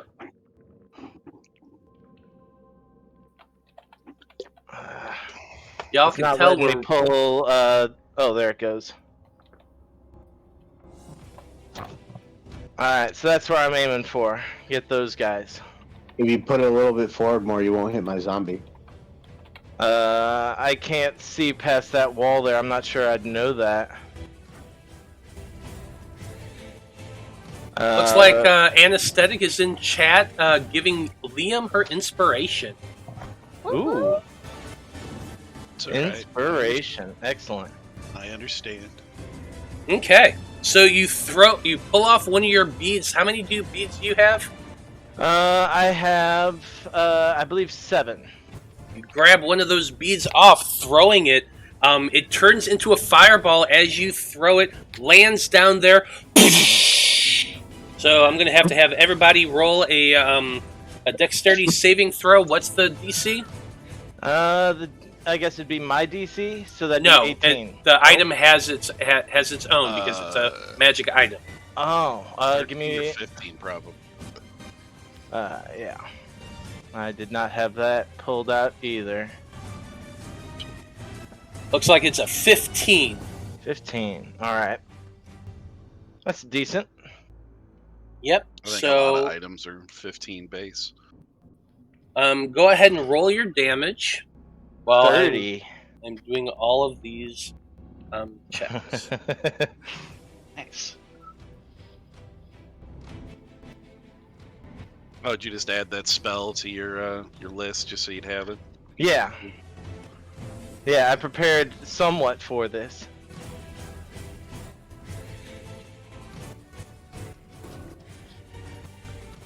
Okay. Oh, these are some dexterous warriors here. Yeah, they're all. I mean, hell, I think it's just the Drow. They just naturally have. They're pretty flexible. They're elves too. I think elves get advantage, or they get a +2 to their dex when you're building one. Quagoth, not so lucky. Yep. No, it looks like only one Drow failed the DC. It is just barely enough. I'm allowing it to hit the last guy here on the corner. Sure. And both of the Quagoth failed, so the Quagoth take the 30 points of damage.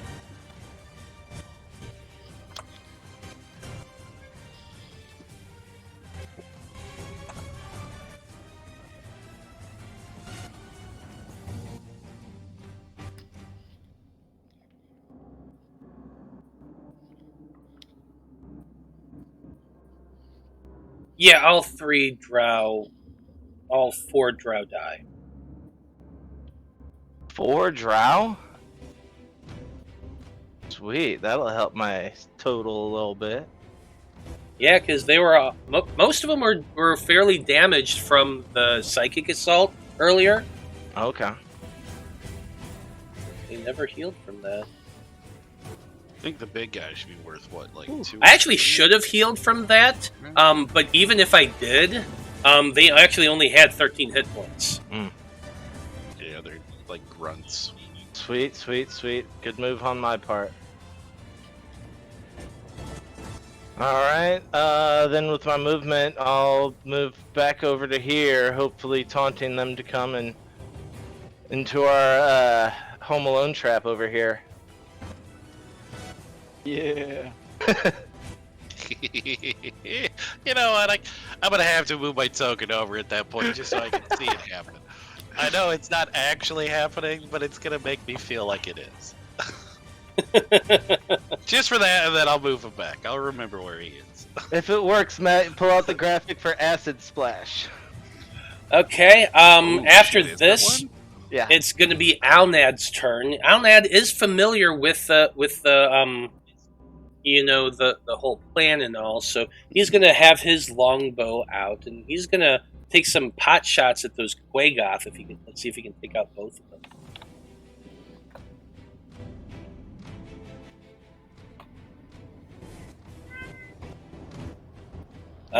Nope, that 11's not going to hit, I don't think. Oh, it's a nat 1, so it misses no matter what. Let's see, the longbow. An extra 3 minutes of Blood was born first that, he doesn't have that skill. Yeah, he fires that arrow. The first one hits true, right in the guy's forehead, and the Quagoth just drops to the ground. The second one, unfortunately, goes wide. Alnad's going to yell out, "Ha, you bastards! Come follow me!" And he's going to run 5, 10, 15, 20, 25, 30 to right there. He's going to go ahead and use his feline agility. Because he wants them to go towards where Apollyon is, too.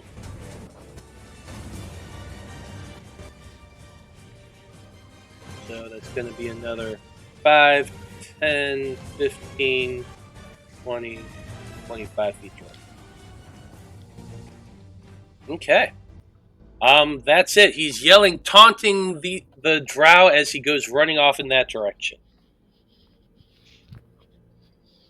Next off, we have the elite warrior there. Yeah, why not? Let's see. Let's make an insight Thought you check. said this was a surprise round. Oh yeah, that's right. It is a surprise round, so we can't do it. Veil, you're up next. I'm surprised. That's right. You are surprised. You were not expecting this to happen. That's for sure.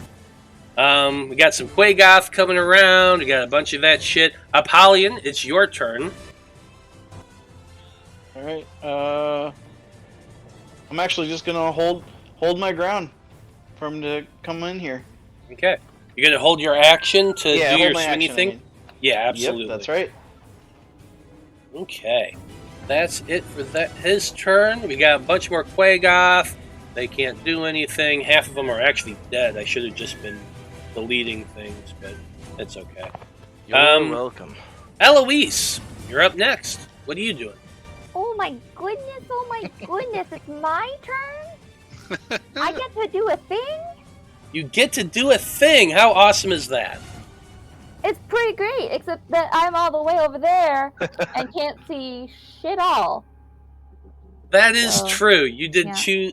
1, 2, 3, 4, 5, 6. Still can't see nothing. You could buff somebody. I can only see Apollyon and Alnad. Enlarge me Yeah? or whatever. Okay. You got haste? I don't have haste. No, that's a Veil thing. But You could dash. I could.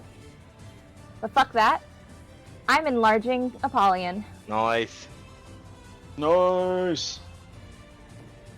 I'm sure that There won't you go. affect how the crane game works. Okay. So you're casting Enlarge Reduce on him, which is kind of got you precariously placed now because, you know, you're on this ledge here. But it'll be all right. I'm sure nothing bad will happen. Oh god. Hey, Apollyon you is real big! My weight is multiplied by 8. aren't you That's a like lot. 400 pounds? No, Yeah. I'm 250, but Oh, Well, now you're 500 2,000? pounds or whatever. By that'd be 8, 2,000. 2,000. You are now 2,000 pounds, standing on this ledge, just kind of wobbling there for a second. So I'm gonna need you to make a dexterity saving throw. oh shit! This kid goes so bad. Wait, did we Dex just saving say? throw? He's got wings, it can't go too bad. He doesn't Oh, have 14? any room to flap anymore. You know, I'm gonna say 14's okay. You're wobbling there, but you got wings, and you kind of have to, you know, flap your wings a little bit to keep your balance, and so that does create a ripple and some air going across the stomach acid and that sort of thing. Mm-hmm. But you at the moment at least, the ground underneath your feet seems to be holding, and you haven't fallen. So that's I will good. say the spell also says the target's size doubles in all dimensions. Oh wait. If there The isn't weapon. enough room for the target to double its size, the creature or object attains the maximum possible size in the space available. So you can't pull Oh. like Alice in Wonderland and go through the ceiling. No. Yeah. Oh no, No, and but you but only- the you only ceilings go are up like 50 one- feet. And you only go up one size category. So, like, if you were medium, you're now large. Yeah. Yeah, Yeah, exactly. it like there's plenty of room to grow. It's not that you couldn't grow in this space, is that you're on a ledge next to acid that's kind of crumbly, and you suddenly gained a shit ton of weight. So that's what we were checking to see whether or not you could keep your balance. When Okay, gotcha, Apollyon grows large in all dimensions, does he check his junk real quick? I was gonna make a lowbrow joke saying now he's a tripod, but you beat me to it, so I was like, I mean, I think we all know that Apollyon has always been a tripod. Hey, he said he had a 10-foot pole. 12 inches times 8. That's 8 feet. Jesus Christ. Hey, we say we're not for children, folks. So Anyway, so Apollyon is now swole in more ways than one. Eloise, you got anything else to do on your turn? I moved. That was my action. I think we've already established that as a druid, I've got Dick All for bonus action, so Apollyon's. Never mind. yeah, I don't even have Shillelagh. Yeah, that's it. That's all I got. Okie dokie. Well, next up is Jareth's turn. What's Jareth's turn? Wow. He's probably surprised too. That's fine. We're gonna start things off back at the top of the turn order with Blood from a Stone, who went running in one direction, but he's invisible. Nobody knows. He'll come back because he's just like, oh, well, I guess things are kicking off big time because after he heard the fireball, so he's gonna target this first drow right here, and he will go. We will go sharpshooter this time. Which drow? The one that's right next to the bridge. So this Got one it. here. So yeah, we will go sharpshooter. I got everything clicked in.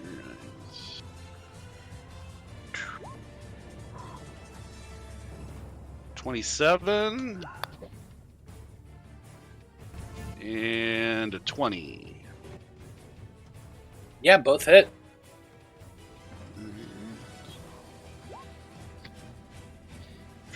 And technically, I mean, are we gonna say because he hasn't gone in combat either? Well, I guess they did get a turn, but they didn't get a go since they became aware, so something's going on. Yeah. So that one 23, 12, and 9. That is a shit sneak attack roll. And okay, it did have the poison on there, alright, and then I'll just click for the other one. Almost more sharpshooter and poison than the fucking first one with the sneak attack. So that's what, 21 plus 23 is 44. How does the guy with the most dice complain about his damage? It's fucking rolled. It's just. You I just hate rolled the red 200 numbers. points of damage in I a know single I did. fucking attack. Quit your crying because that guy's dead too. He had 56 hit points. Yeah, I was just saying. Okay. Now, you fire your 2 arrows. They go flying through the air, silent as a whisper. Thunk, thunk, right into the guy's chest, and he just crumples back against the wall and slumps down dead. And then, I mean, if you want, I will still do this. Because he'll move over here, I will still do a stealth roll if you want, just so they don't hear my footsteps. Yeah, absolutely. If you're trying to remain stealthy. Just so he can, he's just switching positions. The 31. Okay. And then that's his turn. Okay. Liam, you're up next. Alright. I'm gonna peek out here again. Quite a bit of damage. All I can really see is this guy, so I'm gonna take 2 arrow shots at him.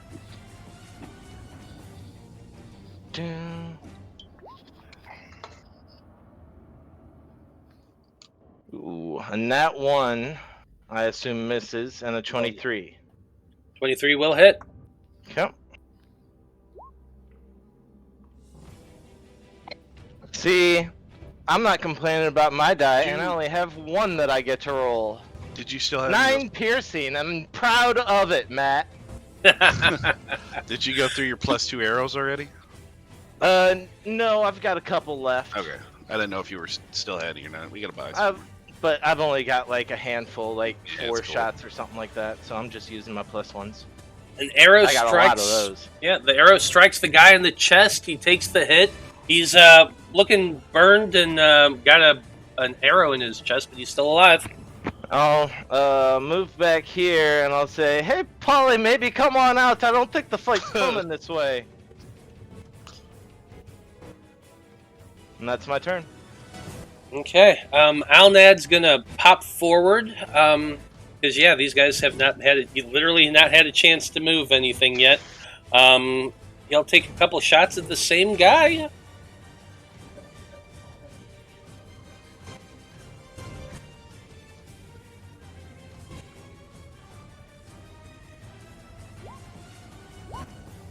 .23 and a 22, both are going to hit. Nice.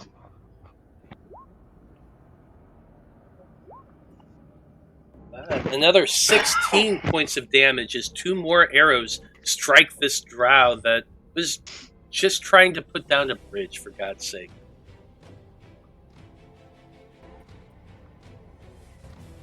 Just trying to help out his fellow man. Yep, just trying to help out.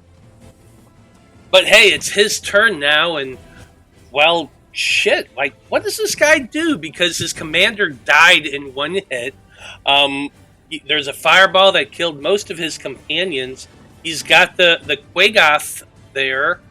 So I guess the smartest thing for him would be to come running back up, get around the Quagoth there, and he's going to yell out, "Quagoth, attack!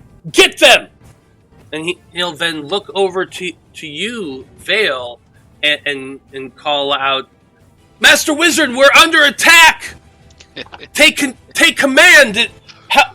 We must push forward. Whoever's sniping us." And that's going to be it. Okay. That's what he said. That was his movement. Yeah,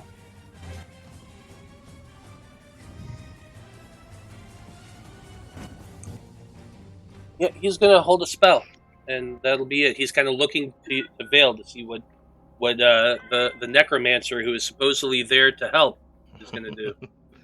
I'm curious too.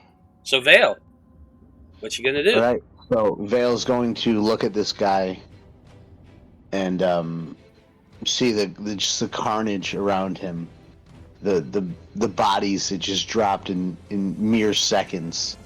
He's going to look at the guy who just yelled at him and narrow his eyes and say, "Return fire."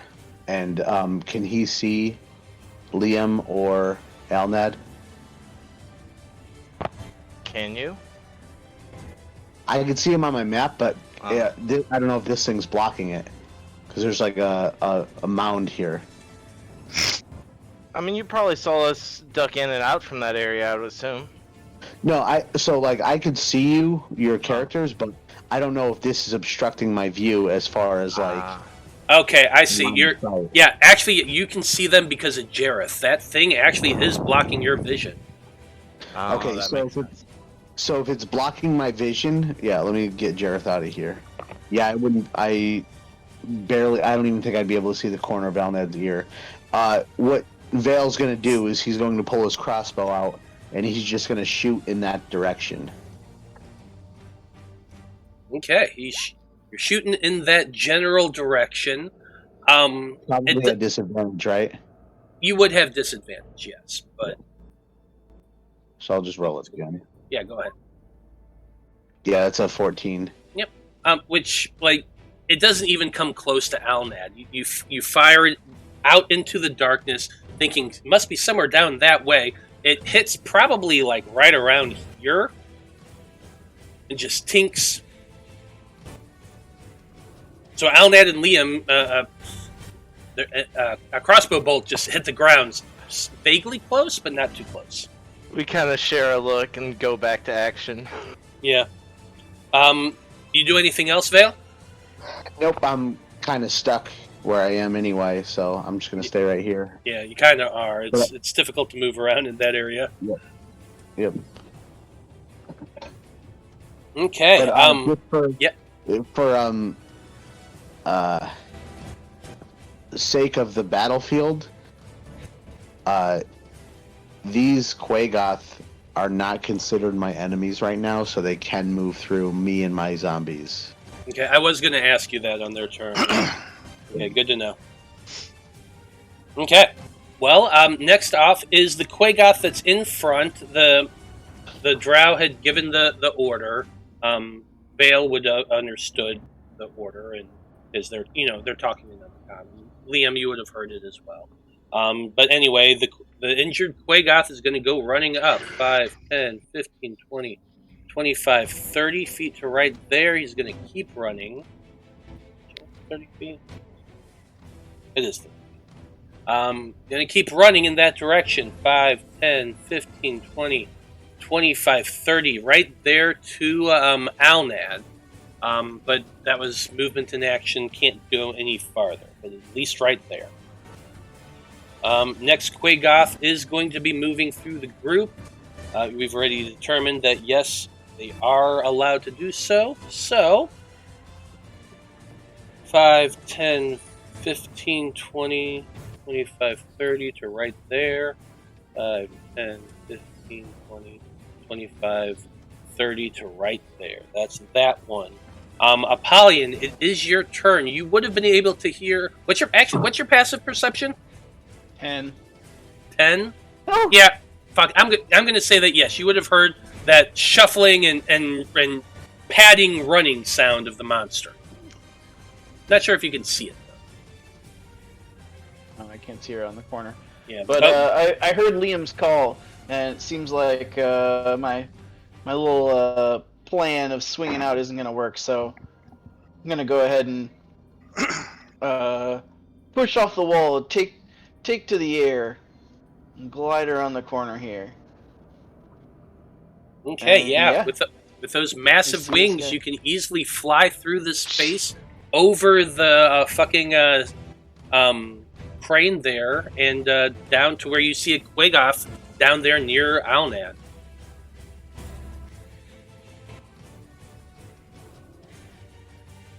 Yeah, I will go ahead and attack it with my trident. I will first use a bonus action to activate the lightning on my trident also. Okay.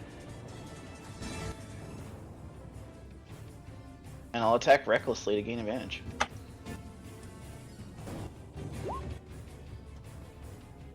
.26 on the first hit. Definitely gonna hit.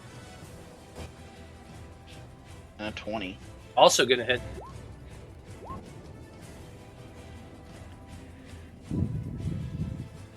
Nice. Alright, 12...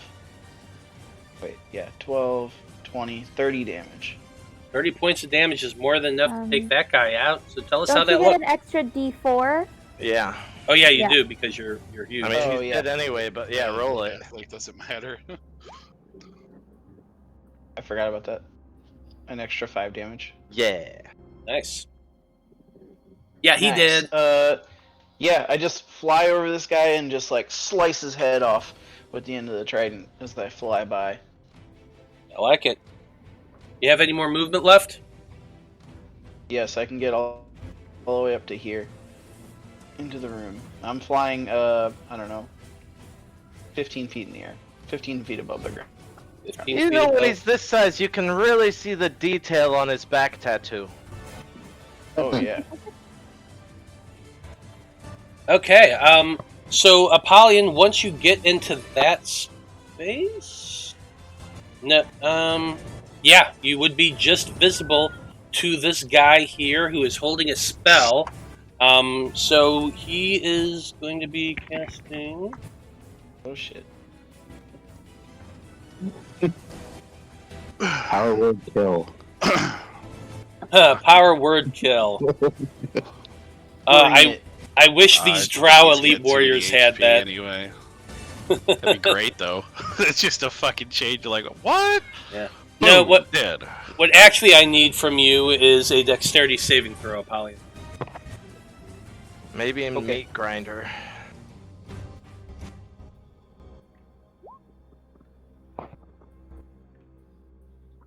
$20. Oh yeah, more than enough. He's trying to cast fairy fire on anything that came in range, and you see these shimmering lights all around you, but you just keep zooming past, flying through it, and it does not take hold. Nice. Would it catch that Quagoth in the radius of it? No, he kept it far Cast back. it up in the air, too. Yeah. Okay. Yeah, he's 15 feet in the air. Next off is another Quagoth. So 5, 10, 15, 20, 25, 30, 35, 40, 45, 50, 55, 60. It's running along next to you, but you're too high up, so he really can't get near you. That's that guy's turn. Next up is another Quagoth. They're going to run 5, 10, 15, 20, 25, 30, 35, 40, 45, 50, 55, 60 to right there. Dead, dead, dead. 5, 10, 15.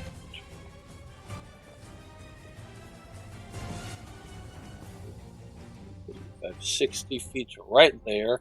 Hey, Eloise, it's your turn again, and everybody is leaving you. What are you doing? I'm a running after them. Tick, tick, tick, tick, tick, tick, tick. So, You got a fly speed? 1, 2, 3, 4, Don't you have 5. Yeah, she does. Aren't you? And then, yeah, I'm We just trying. can't see her. 6. I can just barely see a few things, so I'm just gonna action dash. My flying speed is the same as my walking speed. Oh, it's not. I guess it's the fly spell. I think does it Yeah. further. So. Yeah, fly spell is 60 feet. 1, 2. Or broom, I think that's like 50. Yeah. Okay.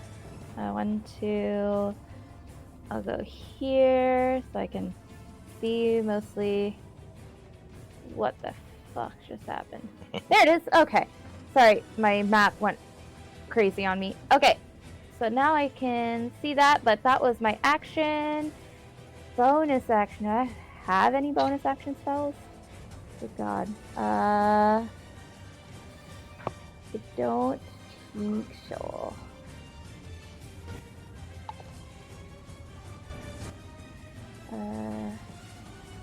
Action. Hang on. I thought it was gonna take everything. Yeah, I think I'm here now, and that's all I can do. Oh! Yeah? No, I'm still concentrating on Apollyon's enlarge, so yeah, I can't do anything else. Cause almost all druid spells are concentration spells. Okay, well, the next off is a Quagoth. I've already moved him where he's wanting to be. It is Jareth's turn next. What's Jareth doing? Jareth's just gonna tuck back here. And he's done. Fair enough. Blood from a Stone, top of the turn order. What you doing? He's gonna move out and take a sharpshooter shot at that guy, the last Drow. I kind of wanted Veil to go up behind him and slit his throat. Or 20 stab him in the back.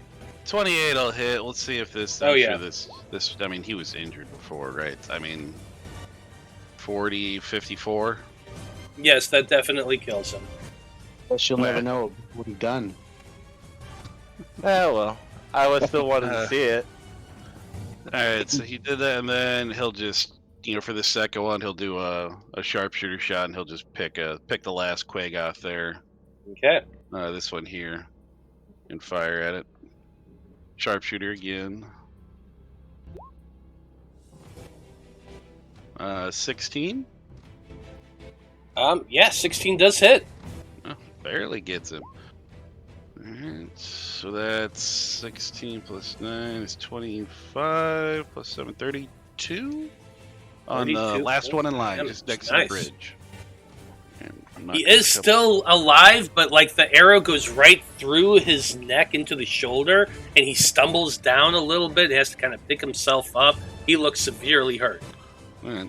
And then he's just gonna kind of call out a little bit. He's like, "All right, Vale, you're all alone. You can start acting now. Or he can stop acting. He'll say you can stop acting. And then just kind of move again. And I'll do another stealth check just in case the Quagga potentially hear me. Hey, it could go really bad. But, Of course. But it didn't. 34. Come on, just give us a nat one. That's all we want to see. if I It got need to be two a nat double. ones, yeah. Yeah, that would be amazing. I would love to see that. Fuck, it's happened before, man. It has. Yeah. So, Okay. Man. Well, that's it for Blood from a Stone. Liam, you're up next. All right. Movement 5, 10, 15, 20 to right here. I'll just start wailing on this one. Would I get advantage since he's focused on Apollyon, or just normal? No, there's no Okay. flanking here or anything. I like that. figured I'd ask. All right. Vicious glaive attacks. 1, 2. Let's just say, is there a key point thing you can use to get advantage? Just Not in for case. now. There's a blood hunter thing I can do, but Oh, it's a you're once not a day informed, thing. yeah. Yeah. Yeah, but I both can of them do hit it. anyway. All right. Vicious glaive 1. Vicious glaive 2. Doing 2 cold, 7 slashing, 9 plus 6, 15 plus 10, 25. You had your cold thing on that? Yeah, I had the cold on the glaive. Okay, sure. Why not? I switched it after the short rest we took. That's 25 points of damage. Nice. Yes. He is still alive, however. Still alive. All right. Using a key point to do flurry of blows. Do and do. 25 and 14. I'm Oh. ready to use my inspiration. Sure, go for it if you want to use your Yeah. inspiration. It's 952. I'm using it. Hell yeah. Yeah. Yeah, definitely hits. Oh, ignore the cold damage on these.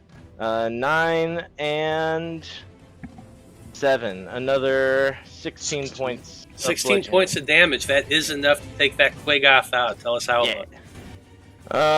It cuts an X with the glaive into him, and then just places the glaive down on the ground and does 2 kicks and knocks him down. Okay. Yeah, Yeah, that guy goes down. He is dead. That's it for your turn? that is it. Okay, Alnad's coming up next.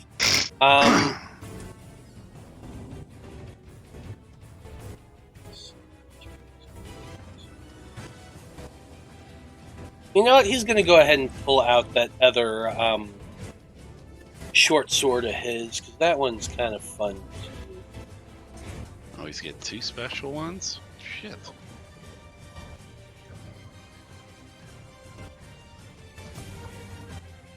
He's going to come rushing up around, let's see, 5, 10, 15. Yeah, he's going to have to run underneath Apollyon, but Apollyon's 15 feet in the air, so he can definitely do that. And he's going to come to right there and taking 2 swings with a blade that is it's very interesting because it's like the first time you've seen it, and the handle appears to be wrapped in vines, and vines kind of go up the sides of the blade a little bit, and then he takes 2 swings. Nature's Avenger. Oh, this Just- guy's full of surprises. Motherfucker with that saving throw. Where's she been with this goddamn weapon when some of us have been failing shit? Just hasn't been using it, but now he figured this is the time. So this is 27 points of damage to that guy, but not enough to take. Maybe I should have saved it for the final battle. I don't know. It's okay. That's fine. Okay, that's it for his turn. That Drow's dead. This Drow is up next, so Veil, what's up with you?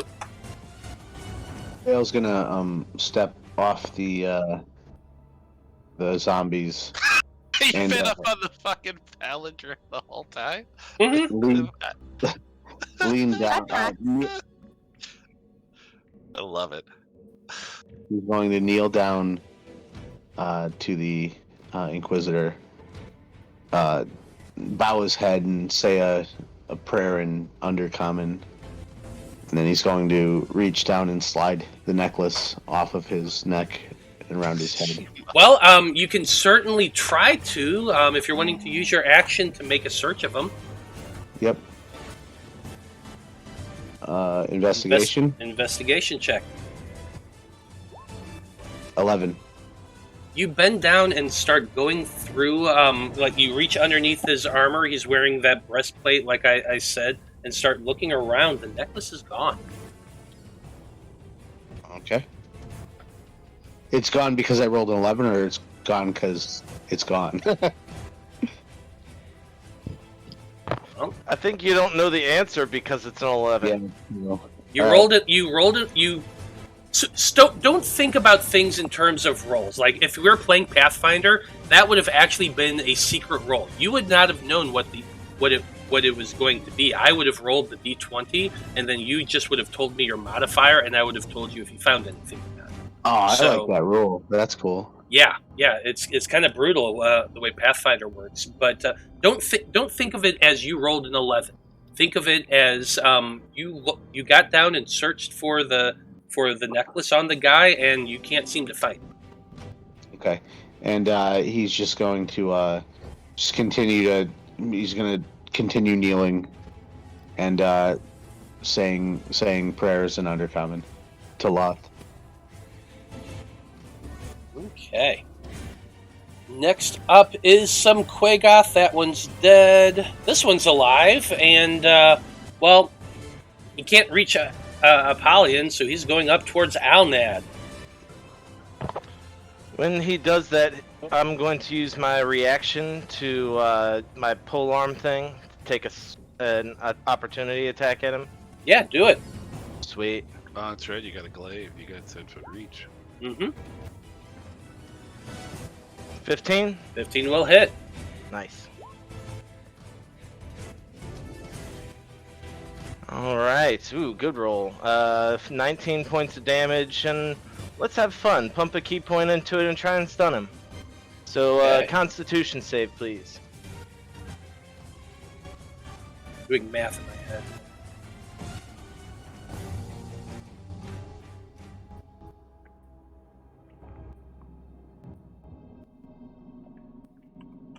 Okay, and it's a con saving throw?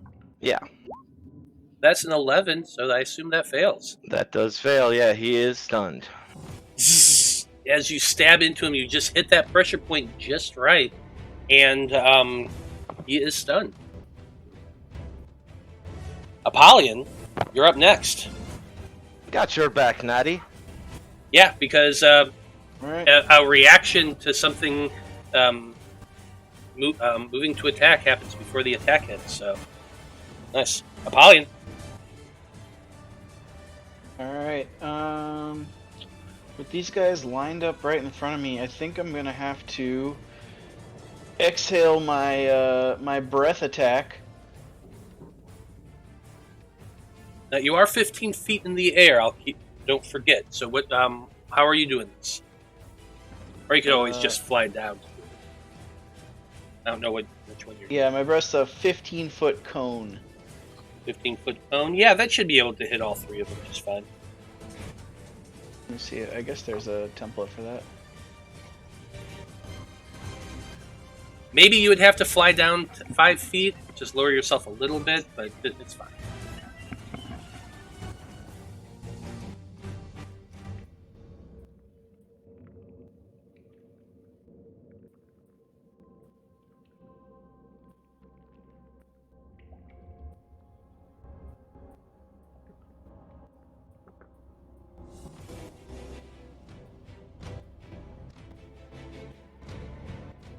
Like that.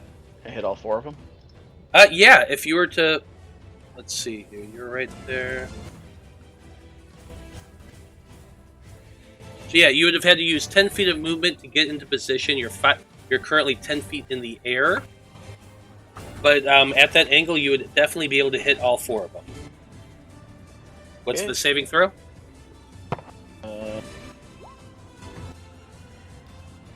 Is it a dex save? Constitution save. Ah, con save. Okay.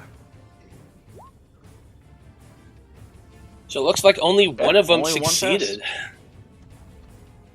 Did the one who was stunned succeed? I think he automatically fails, doesn't he? No, that's No. on Only if dex. it's a dex. Yeah. Okay, additionally, each creature who's saved must make a wisdom saving throw or become frightened for 1d4 minus 1 rounds. Everyone who failed? Who failed the saving throw. Okay. So Snap. one round, but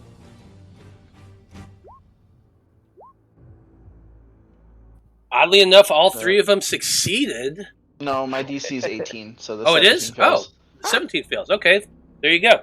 So that one who failed also took 15 points of damage. Get that out of the way. He's the one who's afraid is also dead. Okay. Well, alright. So 2 of them died there? Oh no, 1. Yeah, I'm still figuring it out. The one who's stunned does succeed, so he does not take any damage. That one took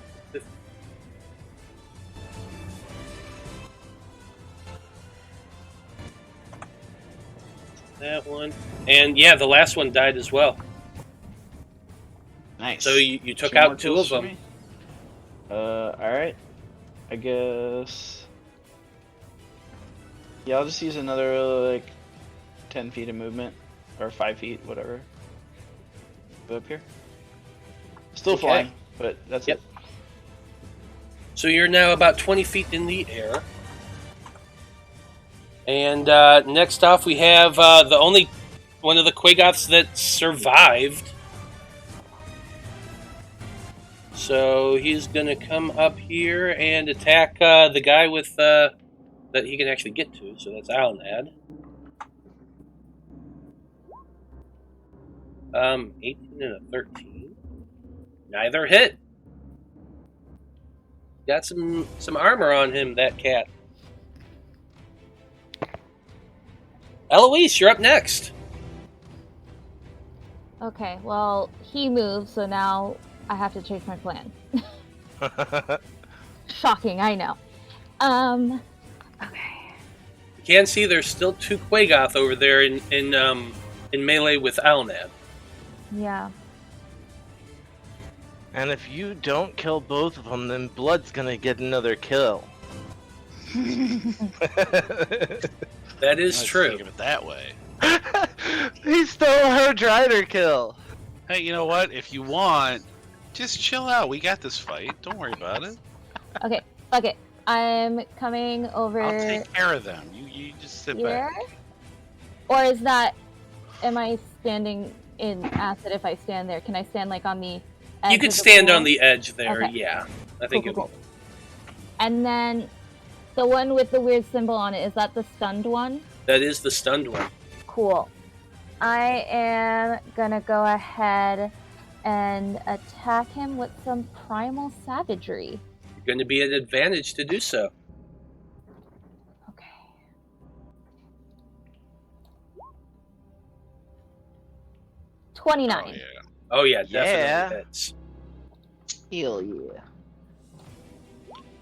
Okay. Liam's pants get tighter. 18 points of acid damage. You know what? I want to give this to you. It had 19 hit points, but I'm going to say that acid burned it through enough that it is dead. Nice.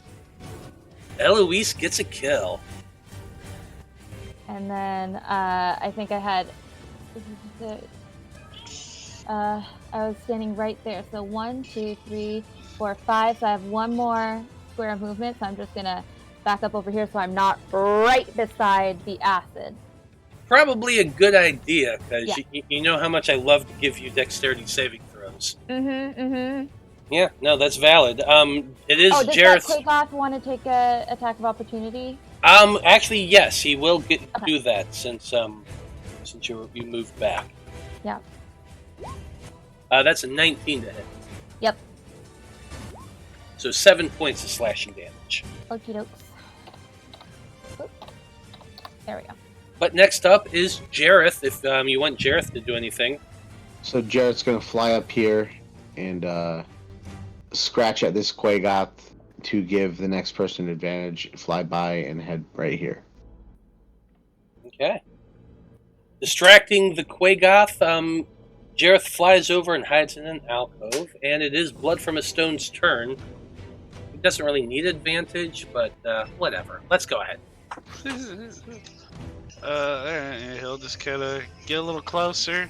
He's gonna have to weave in and out of the swinging vine underneath Apollyon, and I imagine Yeah. Apollyon's crouched there on that scaffolding, You know what? and it's just like a pendulum. I thought about saying Blood runs up and jumps onto that rope, not knowing what it is, but I don't want to end up yanking Apollyon into the acid, so.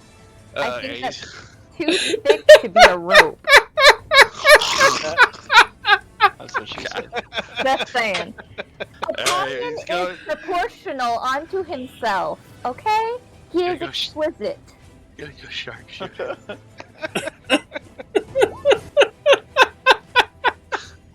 27. 24. Oh Jesus! Just- Uh, Just I wanted to narrowly. get in on the Minotaur dick jokes. Come on now. oh shit! I didn't mean to click on. I meant to click to the damage, not the another attack. 33 plus 9, 42. We all know.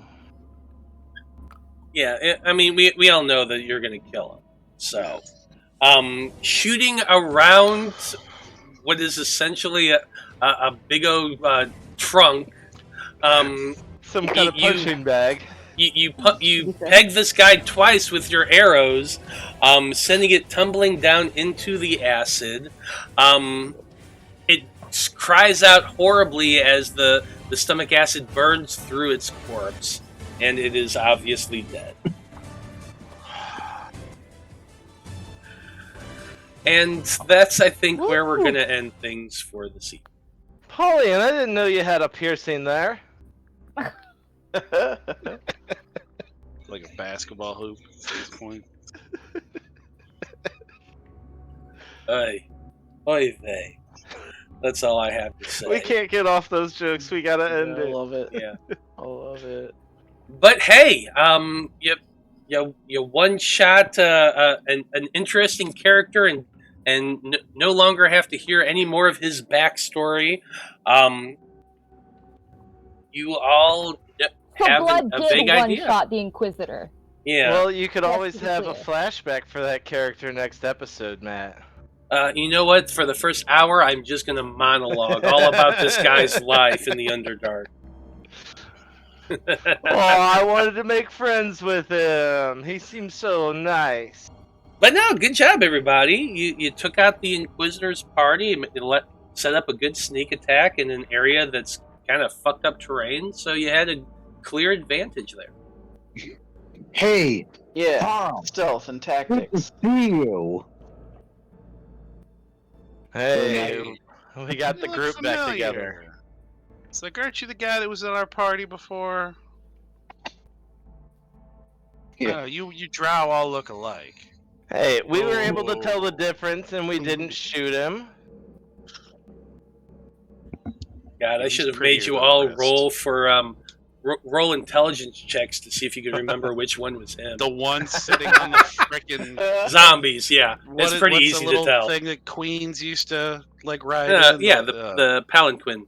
Yeah, Palic. Yeah, it's like so you just see him up there. It's like that's obviously Veil. Yeah, Come on. definitely. No question. No one else is going to be doing that but him. Okay, well, good job, everybody. We'll find out what happens next Monday as the Faab Five continue to delve deeper into the belly of this beast.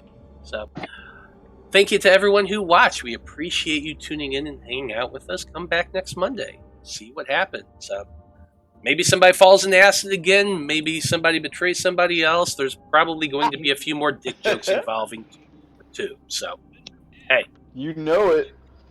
So on behalf of everyone here in the Faab Five and everyone in the Random Rhapsody crew, I just want to say once again, thank you for watching. Have a great evening, and we'll see you next time. Good night. Bye. Later. Peace.